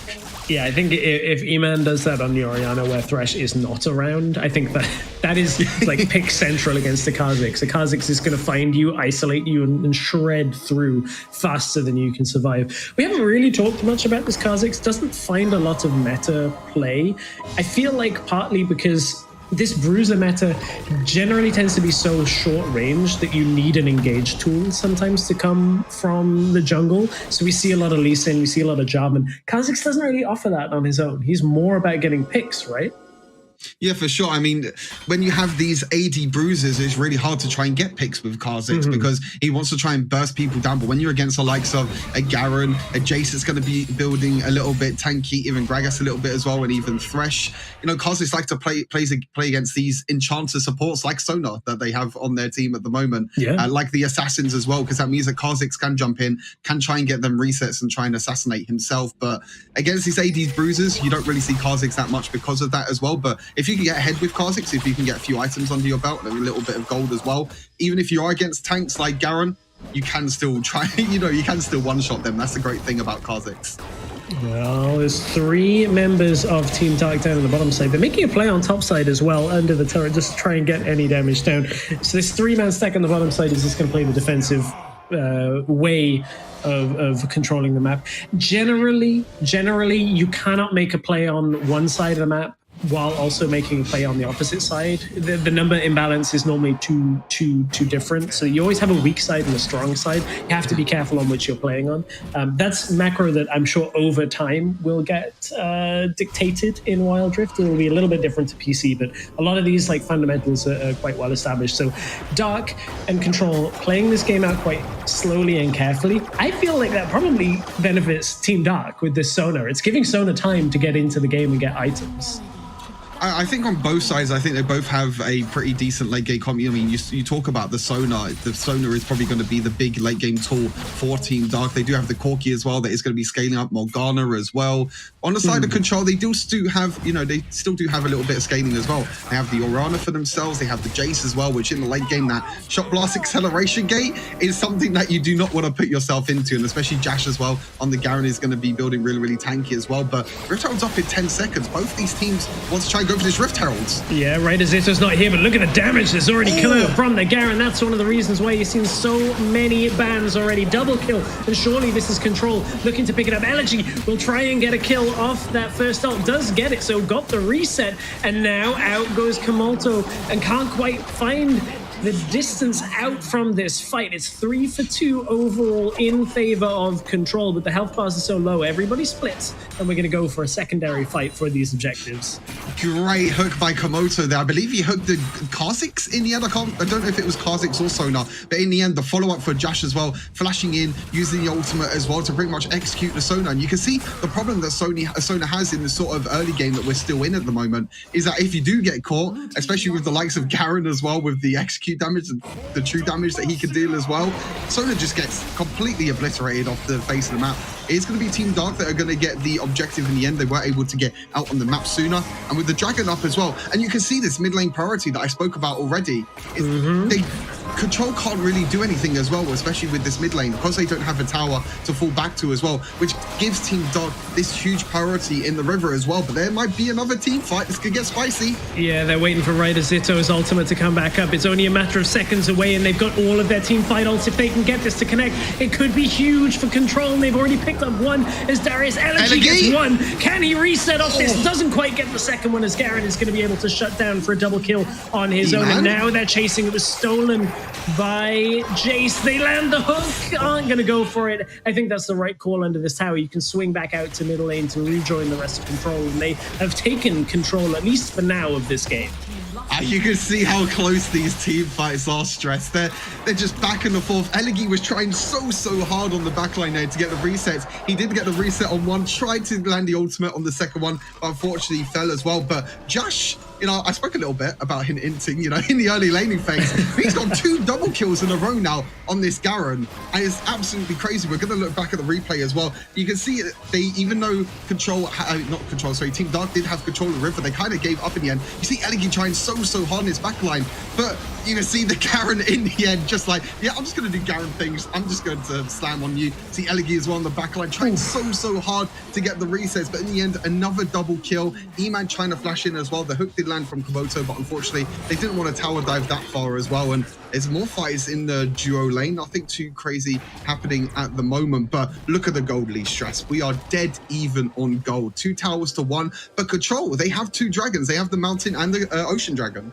This is what we wanted to see. We wanted to see a closer game, and really it is a game of like mid lane priority being in favor of Team Dark, but these team fights starting to go the way of Control, at least for now. We've talked a little bit about how the later this game goes, Team Dark do have some team fight strength that is perhaps a little bit better than Control's, but the scaling is there or thereabouts on execution. That last team fight was literally the difference of half a second. If Elegy's second ultimate goes off and gets that second kill, and he gets health back, suddenly that's a completely different team fight. And those are the windows that we're talking about for these teams. Now they're going to try and push back on this bottom lane as Riftchild is going to get the tower for them.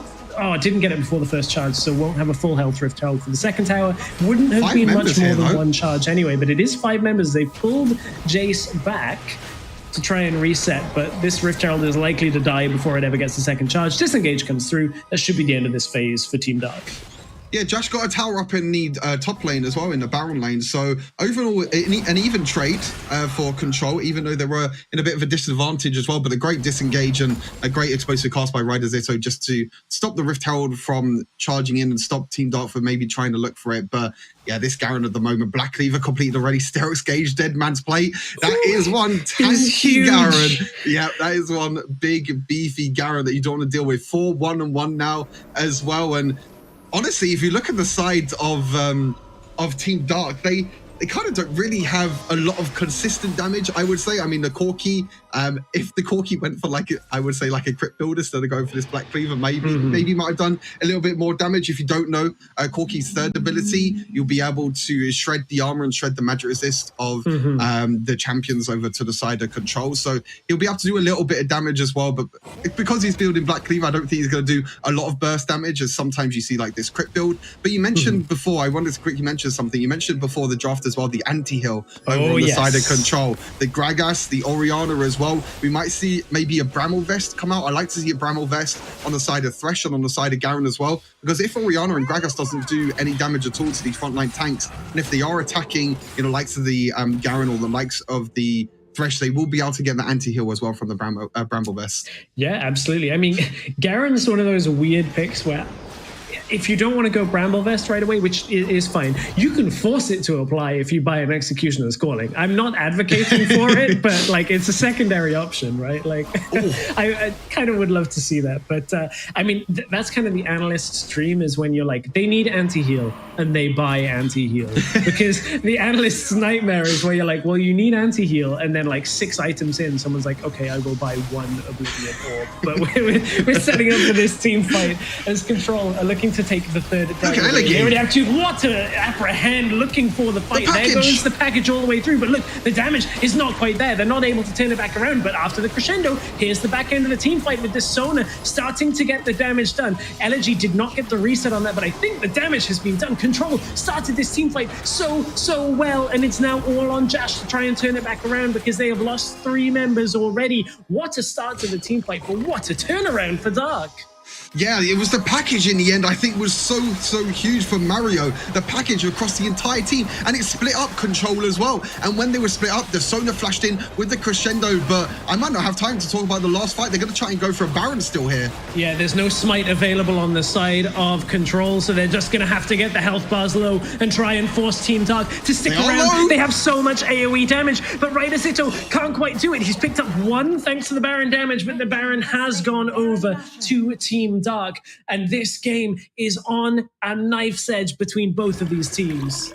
This is what we were expecting coming into this series, Stress. Back and forth fights, really close series. I'm so glad we get to watch this last fight as well. Look at Elegy. He doesn't care. He has the Black Shield. He knows he can't get crowd control. He uses Soap Plate as well. But look at the package. And after the package as well, the Sona crescendo, just splitting up the team of Control. And they weren't able to get the team fight. The Shockwave in the end as well, only landing onto Elegy. And Elegy is just this frontline tank. You can't give this guy Darius. Once you give this guy Darius, he's so comfortable. It's kind of like his one trick in the end. I mean, we know he plays other champions, but it's his most comfortable champion. And when he could play with this much confidence and just go in 1 versus 5 and know that he can't die, then there's not really much that Control to do about it. Yeah, not much at all. And I mean, Jace still being down leaves Control in such a tough position. That team fight shows that if you don't kill multiple members of Team Dark in this composition to begin the fight, the Sona and the rest of the healing is just going to allow them to weather through, despite the healing reduction that is on the side of Control. Like, they already are set up to say, okay, let's try and address it. But if they don't get those initial kills, it's so hard to deal with Team Dark on the back end once all of those ultimates are gone. And now it's hard to deal with these Baron empowered minions that are pushing through for the first inhibitor of the game. It's going to be a slow one. There's not really any way of Team Dark stepping up, but that is a huge apprehend and massive damage coming out on the back end. And that might just be it. Team Dark may very well have done it, because that crescendo is also going to land them in a position where Team Dark have taken out 3 members of Control. And I thought it was going to be slow and steady, but this might have just ended with a bang, as Team Dark are going to push through that first inhibitor and look for more. Yeah, I think they're just a little bit too low. But yeah, you mentioned it, the apprehend, and Morgana flashing in afterwards as well. I'm pretty sure Morgana landed a 5-man ulti route as well. And that was a huge team fight. I feel like Control felt a little bit comfortable in their base, but when you have Elegy there, and you can see all the 10 members on the side of Control, come on. That's really harsh production. That's really harsh. But yeah, you can see the apprehend again. And again, there's a Black Shield by the Morgana as well. But look at this, flashing by the Morgana, the ultimate as well, and everyone on Control just has to back away. The towers do enough damage. And look at 1 mid as well. He was so low. Look at his health. He's on a sliver of health, but he still survived as well. The Sona heals coming in clutch as well. The extra movement speed as well. And my God, this game has opened up completely now. And Control, they're not in control of this game anymore, unfortunately. And they're going to have to try and look to find a way to come back into this game. Yeah, Team Dark with a beautiful dive. Like, rarely do you see that proactive dive pay off. So many times that backfires, but everybody from Control just ended up caught, as you said, within the soul shackles of Morgana. And at that point, it's all said and done. The Corki package is already available. He's going to recall, pick that up for this next Baron. And there's enough presence on the map that I think Team Dark have this. Control's only option is to somehow force a fight that works for them. But look, this Darius is monstrously strong. Yeah. Like, he's got that Guardian Angel. Corki has a Guardian Angel now already. There are multiple ways of shredding through the armor. And despite the fact that the anti-heal is there for Control, I feel like we're already into this late game moment where there's not a lot they can do ahead of these fights. Yeah, I think there wasn't really a lot of early aggression really from Control, and I think that has to come back to the point of the mid lane tower go down. But you see the combination again, Elegy with the black shields. Doesn't even matter that the lantern's there. Elegy's going to stand on top of it and make sure that there's no chance of E-Man getting out of that one. With the Bane carry down, like Control can't even contest this Baron. No, they can't do anything at all. And even if they do, look at their base as well. Their base is in absolute shambles. But this is do or die now for Control. They have to do something. Great explosive cast. Huge explosive cast, but the crescendo is going to shut Control down. Desperately, Gragas Rider Zito is going to try and get into the backline. Look at how low they are. If only there was a little bit more in the tank for Control. But Team Dark are going to shut them out from this one. Yes, there is a kill going over to Jace, but Garen has fallen. Multiple members of Control are respawning, and it looked close. It was closer perhaps than it should have been, but Team Dark continuing to extend their lead. And the big thing I have to note now, actually, even though it's a 4 versus 2, there's no jungler up for Team Dark. And Komodo, I'm not too sure that's where you want to be. The hook. He's going to get vision and maybe use it to get out. I was wondering whether he was just going to try and use it as an escape route, but oh dear. I think the problem was that Control didn't really have any vision of the dragons. He was trying so hard to get vision of the dragon. There was no wards or anything. Yeah. But when you're walking into a Darius like that as well, when you don't, I think he just didn't realize or something. He just hooks the dragon instead. He's like, okay, guys, they're not doing dragon, but I'm dead. So I can't really do that much. But here, looking back at the replay, this explosive cast was so huge. But you can see, as you mentioned before, all the healing and shielding as well. He actually, right as Zito on the backline, landed a 3-man body slam as well. But there was just no follow-up in the end. And Sync in the end did die to the Jace, but I think with all this healing and with all this shielding as well, with how confident Team Dark and especially Elegy are feeling as well, this combination of Darius plus Morgana's just like, okay, I've back shield up, Elegy, just jump in. You're not going to get crowd control as well. There's nothing really that they could do. But now with the vision control for Team Dark and with this Elder Dragon, they have to look to try and steal this, but that's it. Here, already blocking, and they've got that first kill onto Jace, looking for another. Again, the damage. Zito is so close to being able to turn this back around, and Control are just going to try and roll the dice one more time. It's not enough. The Sona heals come through, keep one alive, and Elegy, despite the fact that he dropped low, he still had that Guardian Angel, still has it available, and it's so close for Control, but they are just falling in these fights. They cannot take out Dark fast enough. And the Sona and the rest of the healing is just keeping Team Dark alive. Oh my, these fights. I mean, even though Team Dark have control of this game, they're still so close. You mentioned Ryder Zito on this Gragas doing so much damage. I really want to see the damage numbers after to see how much damage he actually done. Probably not too much, but yeah, Team Dark now with the Elder Dragon, only have Infernal Dragon as well, but with the Elder Cloud Dragon, it's going to get that extra movement speed as well. And yeah, Control can't really do much about this Baron. I think it's just a matter of time now, really, before Team Dark close out this first game. And it was a close game. It was a very close game. I feel like I'm talking a bit too far ahead here because it's still Control still might be able to come back, but I think with the Elder Dragon, with the Baron as well, it's going to be really hard for Control to come back into this game. They're 11,000 gold down. Team Dark have been in full control of the second half of the game, and despite the fact the explosive cask is going to land, Sona flashes out, lower health bars forced out with the stasis from Ryder Zito, and there's damage, but it's not enough. Once again, the same story for the third or fourth fight in a row. It is going to be Team Dark crushing through the base of Control. A really close beginning of the game, but I feel like Team Dark, if anything, was the critical moment of the game. That mid tower going down so early, and then the inhibitor tower going down really just crippled Control, and Team Dark were like, we have the entire map to work with.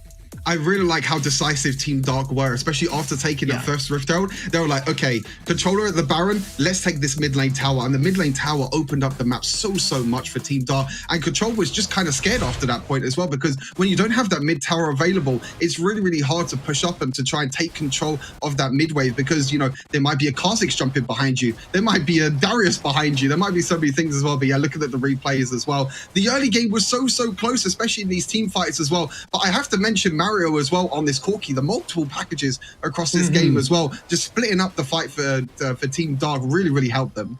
Yeah, absolutely. And I think that that's kind of a characteristic of our better bot lane carry players, have this versatility of being able to play a lot more than just, you know, auto attack champions that just focus forward.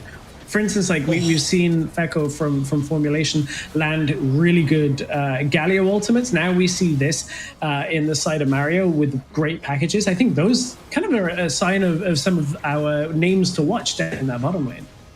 Yeah, I think it just shows how flexible Wild Rift is as a game as well in general, really. No one's really kind of figured out the meta yet, especially with a new patch as well. But there's so many new picks coming. We see Sona come in as well. Sona gets the first victory, 100%, by the way, Sona pick. So maybe teams will have to look out for that one. But yeah, overall, a great game to watch. And honestly, it was kind of what everyone expected, a really, really close game. But in the end, it was just Team Dark's decisive decision-making. Like you mentioned, the mid lane tower, the top lane inhibitor as well. After that, they were able to take the Elder. They were able to take the Baron in the end as well.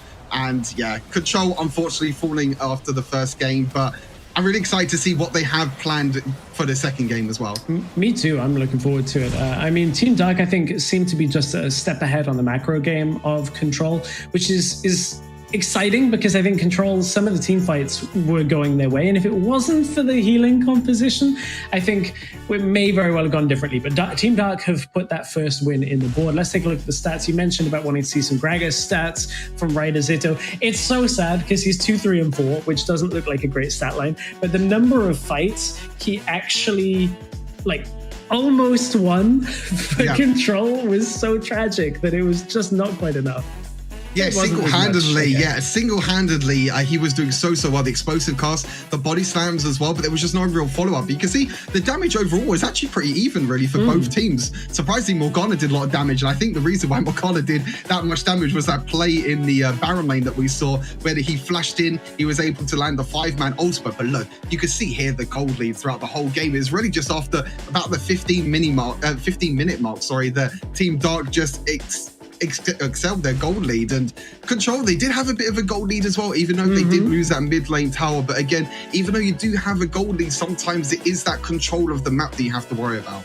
Yeah, I have a feeling I know which play is going to be our play of the game. At least I hope so. I'm hoping it's the one around Dragon with the Corki package that comes through. There was a number of fights that went Team Dark's way, but our play of the game is going to be the one in the top lane. This, actually, it had to be this. This dive was beautiful. Yeah.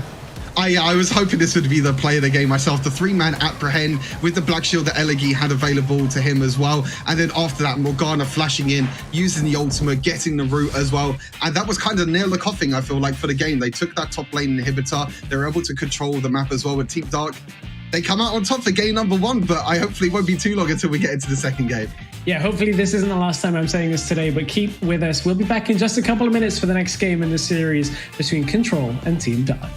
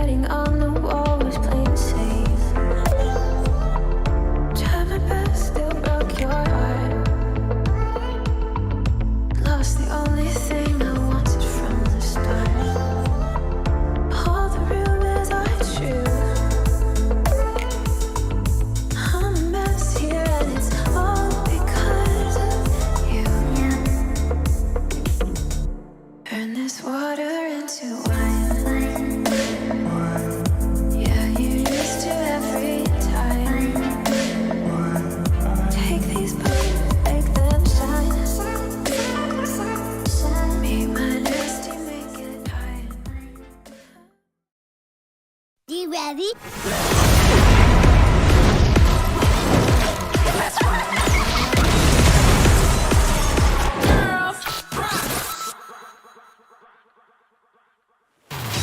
When we say it's coming, do we mean it's going to be the first 2-1 of the open bracket round of 16? I hope so. I so hope so.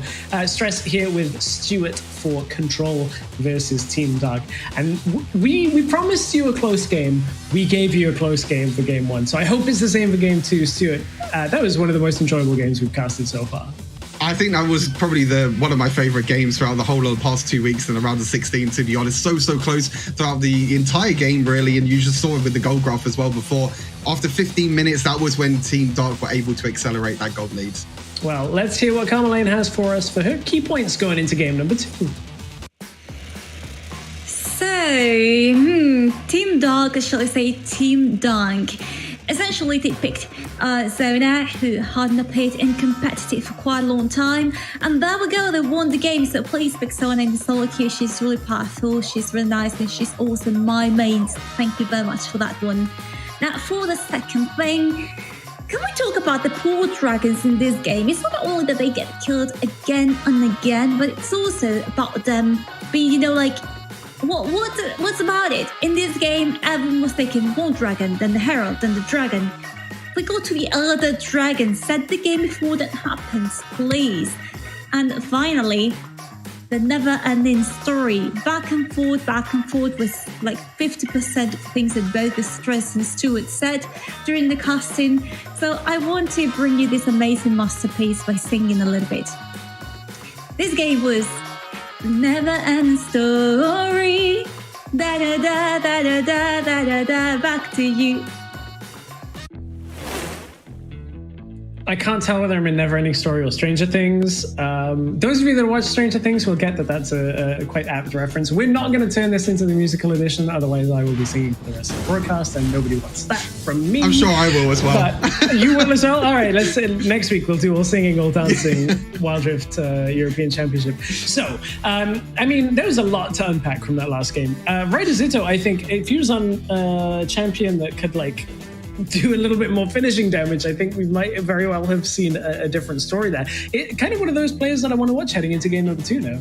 Yeah, I think Ryder Zito, Carmeline's mentioned a bit before, but played on Team Dark before and actually played in the jungle as well. So now he's role swapped into that mid lane. We did see the Gragas as well, which maybe is a comfortable pick for him because he's played in the jungle before. I nearly forgot my words there for a second. But yeah, he's definitely a player to look out for. And now, interesting enough, Control stay on the blue side for game number 2. So if I'm not mistaken, normally the team that loses, they get to decide the side of which they want to go, whether it's blue side or red side. So now Control, interesting enough, stay on the blue side. They don't want the red side. They don't want to force out, you know, maybe a counter pick or anything like that. They want to try and get the first pick priority. I think you got to ban Darius in round 1, though. I think maybe that even is the reason for doing it, is you're like, okay, actually our picks worked fine. It's just our bans that can change a little bit. Because I like what Control were doing, and they were doing really well with the picks that they had. If it wasn't for the Darius, I think that like Team Dark wouldn't have been able to stabilize quite so well. Obviously, that means he'll have to change something in this draft going through. Maybe they first pick the Darius for themselves. It's Lee Sin, Diana banned away, Fiora banned away, Zed again from Team Dark taken out. So that's a really interesting one. Ryder Zito, I just said if he had a champion with more finishing damage, and I came into game 1 being like, oh, I don't know whether Zed's worthy of red side. Maybe that's kind of the performance we would expect if Ryder Zito had a champion that got those kills like the Zed. So Team Dark taking it away. Yeah, surprisingly, the exact same ban so far. Now, will Team Dark ban away the Jace, or will they ban away the Jax like they did last time? Yep, exactly the same bans. Yeah, surely. This is interesting, because now what do you prioritize for Control? Do you want to still focus on the Jace, but then you give away the Darius as well? And another pick is the Morgana as well. There you go. As soon as I say it, that's when it gets picked as well. I think the Black Shield was a huge factor in the first game as well. Being able to put the Black Shield onto the Darius just allowed him to walk towards Control and just dominate. But Sync again, we don't really see a lot of Kha'Zix. He's just like, you know what, give me Kha'Zix. I could just run over the entire game. Yeah, there's so many options available. Like Jace is up and has made it 2 picks through this draft as well. That's okay. This is a wild draft in comparison to what we normally expect. Jace has fallen through the first rotation. Camille has fallen through the first rotation. Like there are some significant picks that are still available. Jarvan is up as well. A lot of jungle picks with this Kha'Zix taken. So this could be Jace. Top lane could be Jace in the jungle. Darius is still up. Like we know Team Dark will 3rd pick Darius. They did it in the previous game, and I think it's going to be the same again if it's available. So if you don't take it here, this is the same matchup we saw in game 1. And while the matchup in lane was fine and Josh got kills on Garen in the middle of the game, this Darius was too uncontrollable for Control to deal with. Oh, interesting enough, they don't even pick up the Darius in the end. So now for Control, you 100% ban the Darius. There's no way you let the Darius through now. I think the Ziggs priority is very, very interesting, especially when the likes of Orianna is still up, Brand is still up as well. Ziggs does outrange, Morgana and can do a lot of damage. I feel like Morgana has the better wave clear than Ziggs, but Ziggs can do quite a lot of wave clear as well at the same time. But I think they just don't, Team Dark just don't want to kind of put themselves in a hole. They don't want to leave their AP dual lane pick until the second ban phase. So then they know that the sides of Control can ban away the likes of, Ziggs. Corki, interesting enough, being banned away as well. Yeah. Not really too sure about that one. You already have the Ziggs, unless they think it's Ziggs mid lane, maybe. Yeah, it could also be Corki mid lane that they're trying to ban away. So some really interesting draft priority that is different to what we've seen. Jarvan getting banned, I think, makes sense. You want to take away the jungle picks from Control just in case that Jace is not going in the jungle. Of course, we have seen Garen in the middle lane. We've seen Jace in the Baron lane. We've seen Morgana in the middle lane. So again, Control taking this heavy, flexible style composition. Galio taken away, I mean, it's not the biggest problem pick with the composition that Control have, but it's another one of those crowd control heavy picks that can kind of compensate by jumping across the map from a distance. There's the Darius pick ban. Thank you. Well, I think that had to be there.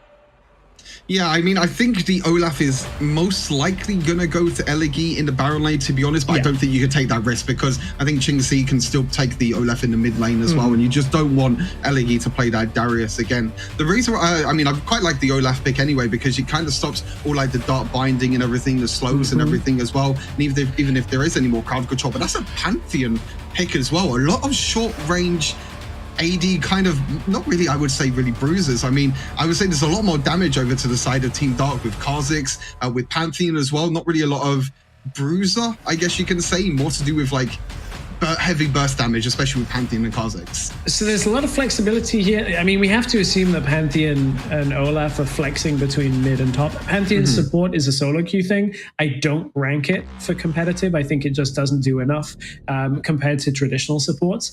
Mostly runs in kill lanes, which Ziggs is not a kill lane. Ziggs does not do damage like that in the laning phase. So Team Dark are going to be able to flex it at least a little bit until the last pick. I would imagine this should be support coming through here for them when they eventually last pick.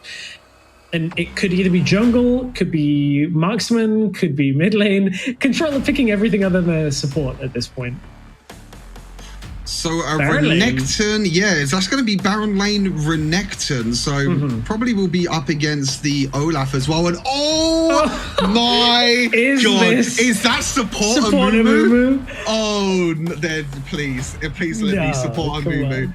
I mean, I just wanted to MF. If Amumu was being picked, why not pick MF as well? Ziggs, Mega Inferno Bomb is true. That is true. Exactly that is a the combo. Same thing. Yeah, that is a really, really strong combo. I mean, for those who don't know, I think the reason why me and Stress are quite excited about this is because in PC League, when Mumu did get that little bit of a mini rework, he now has a double bandage toss now with the charges. Support of Mumu was quite a high priority pick in PC League, and it's all about the early game pressure as well. It's all about trying to get the double bandage toss with the aftershock as well, with the early aggression. And wow, this draft just blew wide open. I was not expecting. How did we have a draft? How did we have a draft with no Camille priority? Oh my God. Kha'Zix first pick on red side with a bunch of other junglers up, and then Amumu support to round it out. Like, what is this draft? This is insane.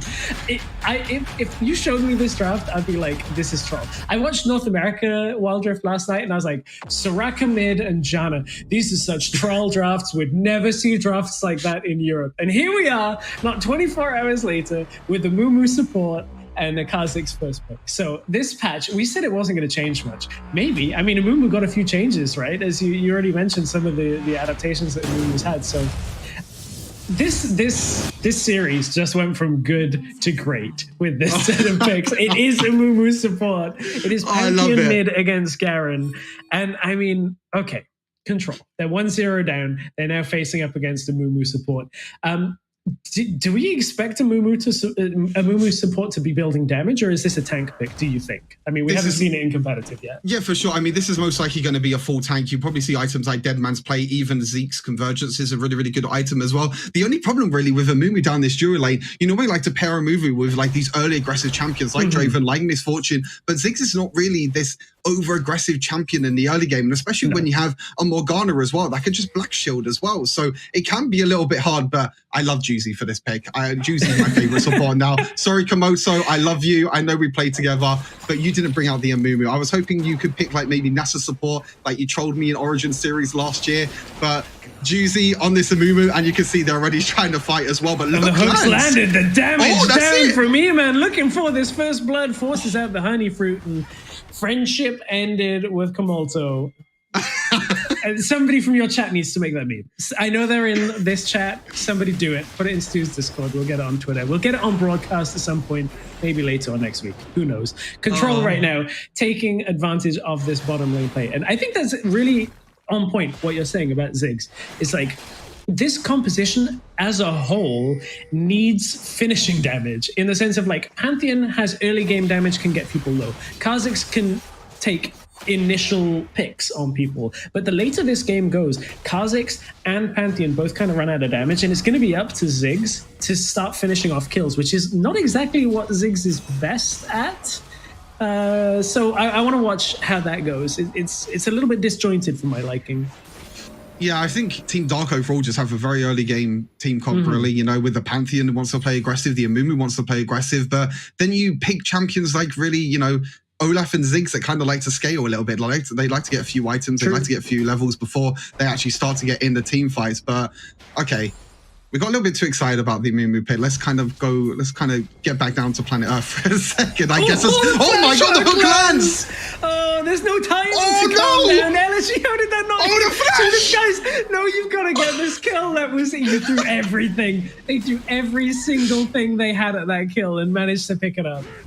Oh my god, I thought he was going to escape for a second. This game has it all, honestly. This game really has it all. The flash hook by Komoto. What a hook as well. Oh, it wasn't available. That's why. Oh, jeez. And then, then in the end, Ferox as well flashes in. Uses the smite, uses everything he has as well. Komoto's all the way across the map. He's in the mid lane now. He's everywhere. There's the hook. Gets the kill after the Garen ultimate. This game is insane. Control have started this game out so well from Komoto's roams. I am so hyped for this game. This is already exceeding game one, and we're only 3 minutes in.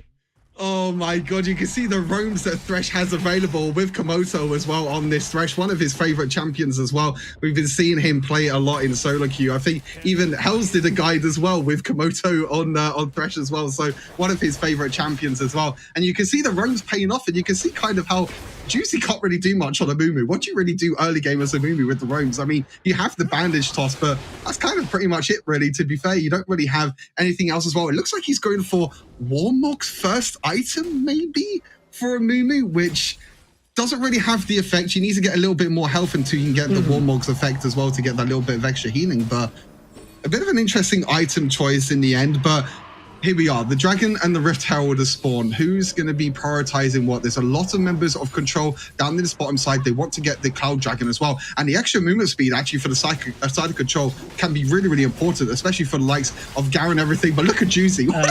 He's 1 versus 4. They don't know the rest of his team are not with him. Wait a second. This is a sad mummy. And I mean, how has this gone so wrong? As Control, they were 1v4'd by an Amumu. In comes Pantheon, and now it's E-Man running out of this. Now finally finds Jash, and Jash will be able to kind of steady a little bit of this ship. 1 kill went over to Team Dark. Okay, the Cloud Drake did, however, go over to Control. This is a bit of I'm gonna just say it's a bit of a fiesta through all times. I'm not saying it's a bad one, but this game is having a lot of stuff that just shouldn't happen in it. I love how Juicy just walks up to 4 members. Look What at is he he's doing? Like, you know what? I'm scared. And how he's does scared he of me. not die? He comes in, he uses a Curse of Sand Mummy with that combo that you spoke about with the explosive cast as well. But the flash as well here by Sync was so funny. He's like, oh, I'm going to try flash. Misses the flash in the end as well. Yeah, but as you said, Control able to take the Dragon in the end. They will be able to get the extra movement speed with the Cloud Dragon. I really want to go back to live as well because, yeah, the Rift Herald is still up as well. It looks like we missed a little bit of a skirmish as well. And it looks like Team Dark will be able to take the Dragon. But on the other side of the map, it is going to be Garen pushing down in the dual lane. But Elegy, he has the ultimate available. He's completely fine. That's a great thing about Olaf as well, is that even if you do get caught, and Komoto again with these hooks, he's a hook magnet. He's just landing every single hook after hook after hook right now. Yeah, it might be Josh that's in trouble in the top lane now, though, as Pantheon is here with Amumu. The ultimate not quite available yet. Oh, no. Is up. That is Komoto caught. He's not wanting what's on the end of that hook for once. And that's another kill going over to Team Dark. Maybe this game being a little bit rougher on the edges and a little fast tempo is actually helping Dark right now, because the ability to kind of move around the map with the Pantheon, this Amumu is starting to find plays. It's starting to kind of turn a little bit more towards Team Dark in the same way that the last one did, where it's back and forth and Control looked like they were ahead. But Team Dark are making a little bit more on the way of macro plays. When they get the Rift Herald, they use it for first tower, or at least their first tower in the top side. Control do have a slight lead though from now on the gold. Yeah, you say the first tower. The first tower actually went over to the side of Control down in the Dura lane. Not too sure if the spectators realized that, but yeah, the first tower went to Control. So even though they did use the Rift Herald, they don't get the extra gold from the first tower of the game, which is why there's a little bit of a gold lead for Control. 3 kills to 2, and also the Dragon as well. But as you said, Control starting to kind of Team Dark, starting to feel themselves a little bit now. They're starting to roam around the map. They're trying to get that priority as well. And I'm sorry, I still can't believe we have an Amumu support this game. Just seeing Amumu walk around this game, just little waddles along. He's not a sad mummy anymore. He's a really happy mummy now. He's allowed to be free on the Rod Rift, and he's able to get the picks as well. But it actually looks like it's Abyssal Mask first item for Amumu. Now, this actually works with great synergy with Ziggs as well. If you don't know, with the Abyssal Mask, it allows what's the word? It's amplifies. Amplifies. Yeah, the AP damage of your team. So if the Ziggs ultimate comes down as well on top of the Curse of Sand Mummy, and you also have Amumu's passive as well, which if you do curse people, the extra magic damage that you deal can turn into true damage as well. So you can kind of understand where this combo is coming from. Even went for Proto Belt as well, which is quite interesting. I'd like to see probably Stone Plate so he could be a little bit tankier, but Protobell maybe to try and land a double bandage toss and the ultimate as well on top of it. But it's kind of an interesting combo that, something new that we haven't really seen in this tournament so far. It's been very standard so far. Yeah, it's a similar principle to those of you that play Canon on PC. Wild Rift's slightly different because you have to choose your boot enchant. It's just about getting on top of the enemy. Like, you need to flash, basically, for everything. Komoto is going to Proto Belt. There it is! Proto Belt, Curse the Sand Mummy is going to lock down 3, and it's going to be huge as Ragnarok through the back line on Elegy, and his 2 kills going over to Sync. And that is exactly the combination that they have bought this Proto Belt and this Amumu for, and it's going to open up that Dragon form. That timing could not be more perfect, Stress. You explained the situation, and then Juicy is like, okay, Stress, I hear you. You know what? I can hear you. Time to go. Yeah, time to go in. Protobelt, Flash, Curse of Sand Mummy with the bomb on top as well. Komoto going a little bit too deep, but look at it. Protobelt, Flash, Curse of Sand Mummy. The Ziggs ultimate was a little bit too late. I'd like the Ziggs ultimate to be a little bit later. I don't think he got the maximum damage output of what he could have got, but still, the combos there, you can see the combo that's available as well. And Team Dark get a little bit of a gold lead now. They do have the Ocean Dragon as well, which can allow them to heal a little bit more as well, which is going to be quite nice for champions like Olaf, like Kha'Zix and Pantheon as well. But yeah, this game is absolutely wild, completely wild.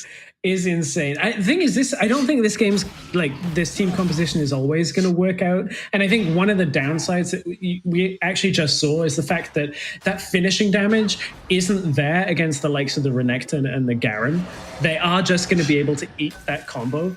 So if they don't find E-Man or Jace on that combination, and it's only the front line they catch, I do worry that there's not enough lasting, consistent damage to come out from Team Dark. Outside of this Ziggs, and then Olaf running in, but he always drops low in fights. So that's my worry for Team Dark, is if they can't finish a fight, it'll actually be the inverse of the first game, where Control will be the ones weathering through. But this is so fun to watch. Banish Toss does not hit this time around, but they're going to try and reset. The ultimates are available. In comes the Amumu, but it's not quite enough to start this fight. Curse the Sad Mummy locks people in place for the Mega Inferno Bomb, but look, the Renekton survived through the majority of it. It's a triple kill for Sync, actually converting those kills. 4 members of Control are dead, but again, it's such a close fight.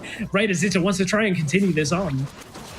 The initial engage was so good for Control. The flay, I think it was a 3 or 4-man flay by Komoto into the ultimate from Ryder Zitto as well, and they just completely deleted, I believe it was Elegi, they kind of just died completely, to be fair. But in the end, it's all eyes are on the Amumu again. Look at the Amumu. The flays, the Bandage Toss, sorry, was so good. But look, the Protobelt again into the Curse of Sad Mummy. He hits all 5 members over to the side of Control, and in the end, Sync was able to clean up as well. You talk about the cleanup. Sync can have the opportunity to clean up if there are multiple members stunned and rooted over to the side of Control. But yeah, Juicy on this Amumu, showing off absolutely huge this game. We spoke about it a little bit. We spoke about the combo and everything as well, but I don't think it's really about the combo that we're really looking at the moment. We're just looking at Juicy and just the engages that he can offer as well, with the Protobelt, with the Curse of Sad Mummy. And when you don't have anything you can really do, especially because you're stunned, you have the cleanup as well from the Ziggs, from the Kha'Zix as well, and that's really been a big difference in this game so far. It absolutely has. Like, Sync is 6-0 on this game, and he's been finding the low health targets. I haven't played a whole lot of Kha'Zix on Wild Rift. I'm not typically a jungler. Do you happen to know what the typical evolution route is? Because I'm wondering whether he'll put it into the evolved leap, since he's actually getting kills and actually cleaning up low health targets. Oh, there goes the Bandage Toss. We'll talk about that later. There's 3 found with the Mega Inferno Bomb as well, and this is exactly what we were looking at from the side of Team Dark. They make it look too easy. It's another triple kill over to Sync. Juicy. Oh my god, this guy is absolutely insane. He must have been practicing this pick. He knows exactly what to do, but they could just end the game here. Yeah, they're going to get this extra charge from Rift Herald to take down the inhibitor. They will back away from this in order to reset themselves. Baron's going to be up in 30 seconds, but wow, this Team Dark have just taken full control from this support pick. Yeah, they've taken complete control as well. And going back to your point as well, I might not be able to go back to your point. We have a little bit of time. Yeah, Kha'Zix evolves. Normally you go for the first ability evolve just to get the extra range and the extra damage, the extra isolation damage as well. All right, Zitto. Did he not spot Kha'Zix, or did Kha'Zix? Oh, he recalled. I thought he just went invisible or something for a second from his ultimate. I was like, are they going to catch him out here just before Dragon? But yeah, he did recall. But yeah, you normally go for your first evolve just to get the extra damage, the extra range as well. And then after that, you go for your leap for the resets as well. And there he goes. He's jumping in for the resets. Yeah, looking for it. There's no Amumu ultimate available to start this fight, but it sure as hell will be there to end the fight if Dark wanted to continue. There's only a couple of seconds and that'll be available. They're going to turn for that Dragon.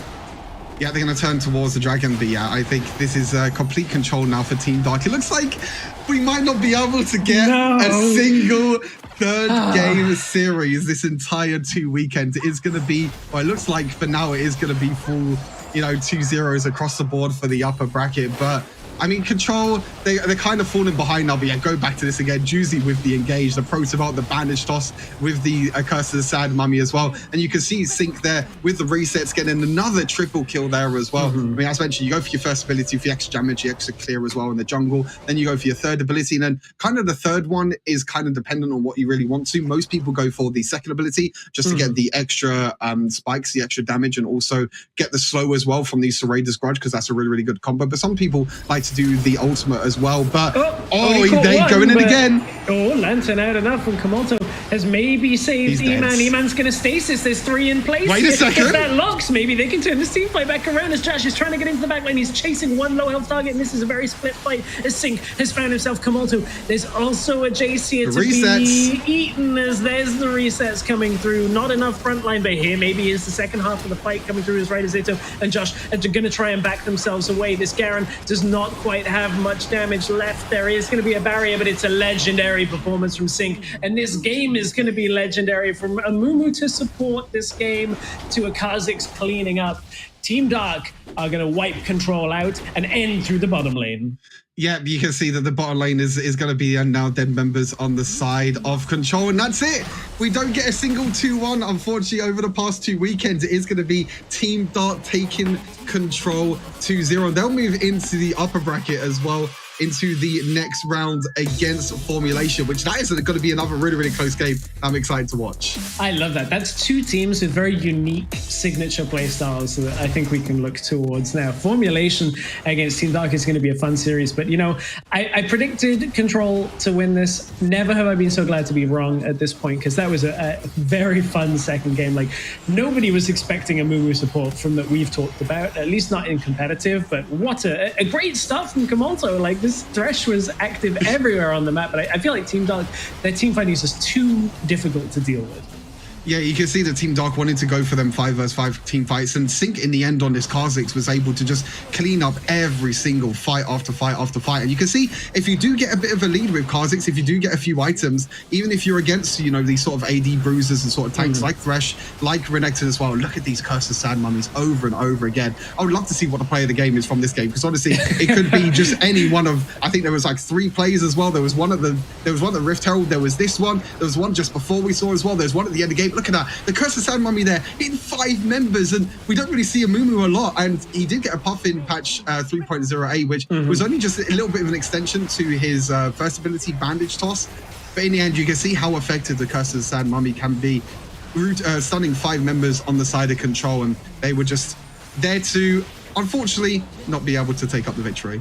Yeah, really, really impressive. Fun game as well. This is kind of like one of those analysts' dream and nightmare games where, like, you get picks like a Mumu support where you're like, oh no, I haven't really seen this, so I have to think about it on the fly. But then you also get a team convert when they pick Kha'Zix, first pick, red side. It's out of the meta. It's not expected. And then you get to see exactly why they put the priority on it is exactly what gives Team Dark a 2-0 alongside the rest of that team composition. And we have our upper bracket matchups for the round of 8 locked in. And every single one of these matchups has the potential to be a banger.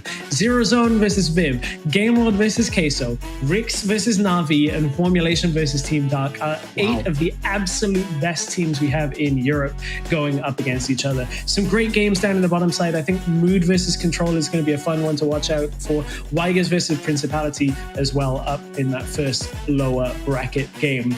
So many amazing games coming up. Stuart, if you had to pick one, what would it be? And then we can walk through the stats of this game. I feel sorry for Control. I mean, I did kind of, you know, predict Team Dark to win, as you can see with the stats here as well. Rylai's Crystal Scepter as well for the Amumu with the slows as well. So even though Amumu is sad and he's crying, he is able to pick up the victory. And in the end, you know, Ziggs still doing the most damage. I think Excoundrel mentioned it yesterday as well. Even if Ziggs doesn't really look like he's doing a lot of damage, and he doesn't look like he has the best stats, he's always going to do the most damage as well. And for Control, they will be going down over to the lower bracket. But for me, the lower bracket games look really, really interesting as well. You spoke about the upper bracket games and how close some of the games will be. The lower bracket as well is so close. And as you can see here, Control actually had a steady gold lead throughout most of this game. But again, it's kind of when it comes to the mid game and the late game and the more decisive decision making that we spoke about in the first game as well, just allowed Team Dark to accelerate the goal lead and pick up the team fights that they needed to pick up this first victory for them and move on to face Formulation in that round of 8 upper bracket. Yeah, that gold graph looking basically exactly the same as game 1, and it was what we expected. It was a close series. We were hoping for a 2-1, but nevertheless, Team Dark take the second game. Very fun team composition.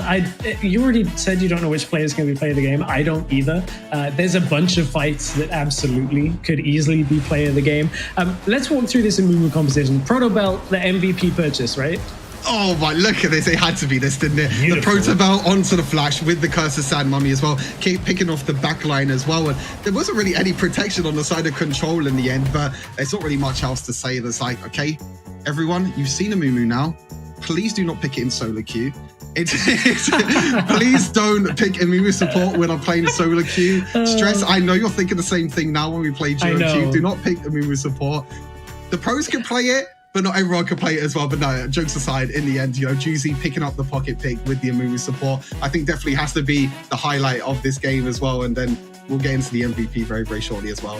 That's the funny thing is, like, Juicy could be the MVP, but also that Kha'Zix's performance, I'm like, oh, yeah. who do you give it to over multiple games? We're going to have to find out exactly who is going to be. A lot of fun performances across. It could be Sync, it could be Juicy, it is going to be Sync. I mean, he was monstrous on this Kha'Zix.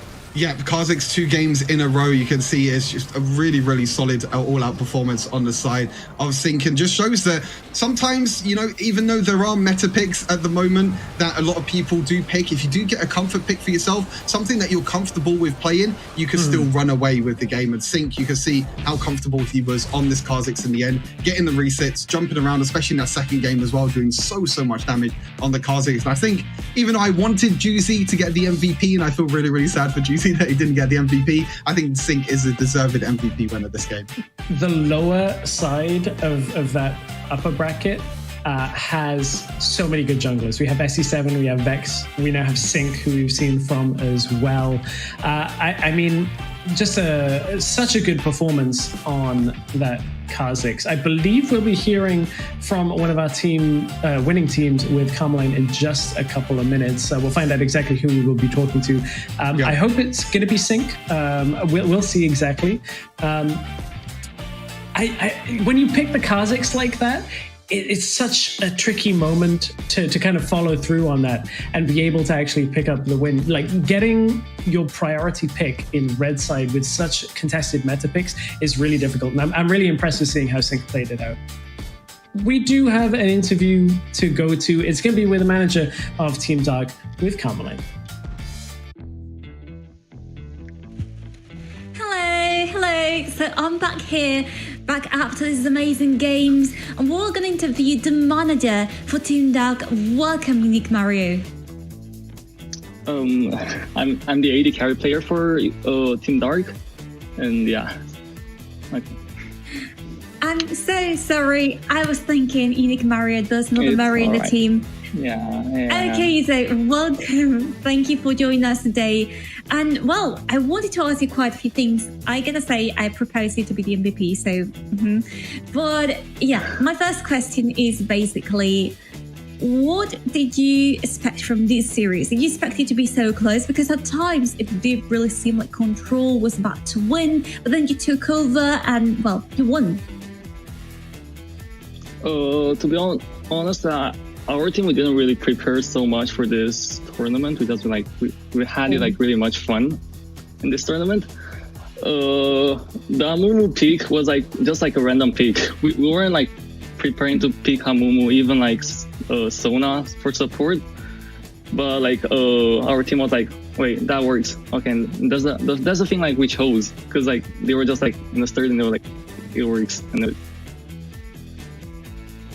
so, do you think we can't expect more picks like this one in the next games? Maybe. I mean, like, there is a chance, but maybe not that much, because like we have maybe like against FMG after, which would be like really a tough opponent.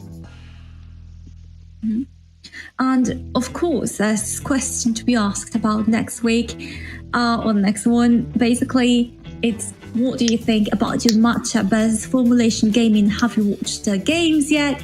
What do you think about them? Do you think you can beat them 2-0 like today?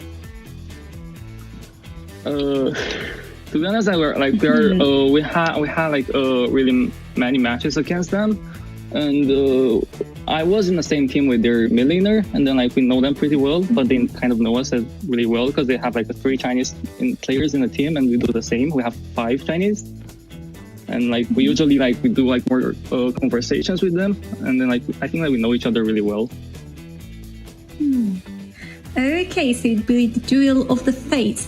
So thank you very much for joining us, Mario, AD carry for Team Dark. Thank you again. Good luck for next week. Thank you. And see you. Ta-ta. Thank you. Apologies, Mario. Someone along the line trolled us. I got trolled. Carmeline got trolled. Turns out, Amumu support not a troll pick as such, but not planned either. So, you know, we spend like the entire broadcast being like, oh my God, Team Dark filled up these amazing picks. It's all good. It's all good. That's going to be a very fun game. Team Dark against Formulation. You talk about how they know each other. Like we just heard from Mario in the interview. These series are incredible. I'm so looking forward to WREC versus Na'Vi as well. Like Stuart, we talked about it already. Like these series are the absolute best 8 teams that we have here. 100%. The best 8 teams. We have the 4 Titans playing off against each other as well. I'm really excited to see the Formulation Team Dark game as well, because we mentioned it, you mentioned it as well very, very briefly. There seems to be a few unique champions that both these teams like to pick, even though Don didn't say that it was planned. Mario said it's not planned. Are they trying to hide something? Are they trying to mess with our brains at the moment? I'm not really too sure what's happening. I'm sure we'll figure out as we see more games. We're going to bring Carmeline back in for wrapping up the show. Carmeline, this is the first broadcast day for you here on WREC. What's been your favorite thing about today's games? That it's over, I guess. That it's over. I want more games. Bring more games. We had 2 overs across the board. I mean, I was expecting for a third game to be taking place at some point, and it didn't. So, I mean, I'm glad we get another chance to see maybe a 3-game series, please. I hope so. I feel like next week we have to. One of our games ended 2-0. I think next week our games are so close with the likes of Game Lord and Queso that I hope when we eventually see that game, we are going to have a 3-game series. When we look at what games we've got coming up next week, there are some great series, starting off with Weigers versus Principality. I think that's going to be a great one. And then ending with Mood versus Control. I think that has to be a series that we look at, right, Stuart? 100% Mood versus Control. We saw them both today. Felt like Control felt like they are a stronger team overall, but Mood Gaming as well, we can't cancel them out as well. But I think every single one of these games are so close, especially in a situation where they all kind of got defeated 2-0. It's kind of hard to really predict who's really going to come out on top, because we haven't really seen much from these teams. But I'm really excited to get into next week. We get into lower brackets, and for all these teams, it's their last chance, because if they lose that series, that's it. They're out of the tournament. They have to come back to last chance qualifier. Yeah, it's basically that one shot left for them. There's a double elimination format, gives us a lot of safety nets underneath. If there's one thing I'm going to take away from today's broadcast, it's that Amumu support is a thing, but you definitely shouldn't play it in the solo queue. Please don't tell us with that. Thank you very much for joining us, Carmeline and Stuart. We will be back next week with more games for Wild Rift EMEA Championship. Don't ruin solo queue games with Amumu support unless you know you can win. We'll catch you very shortly. We'll be back next week.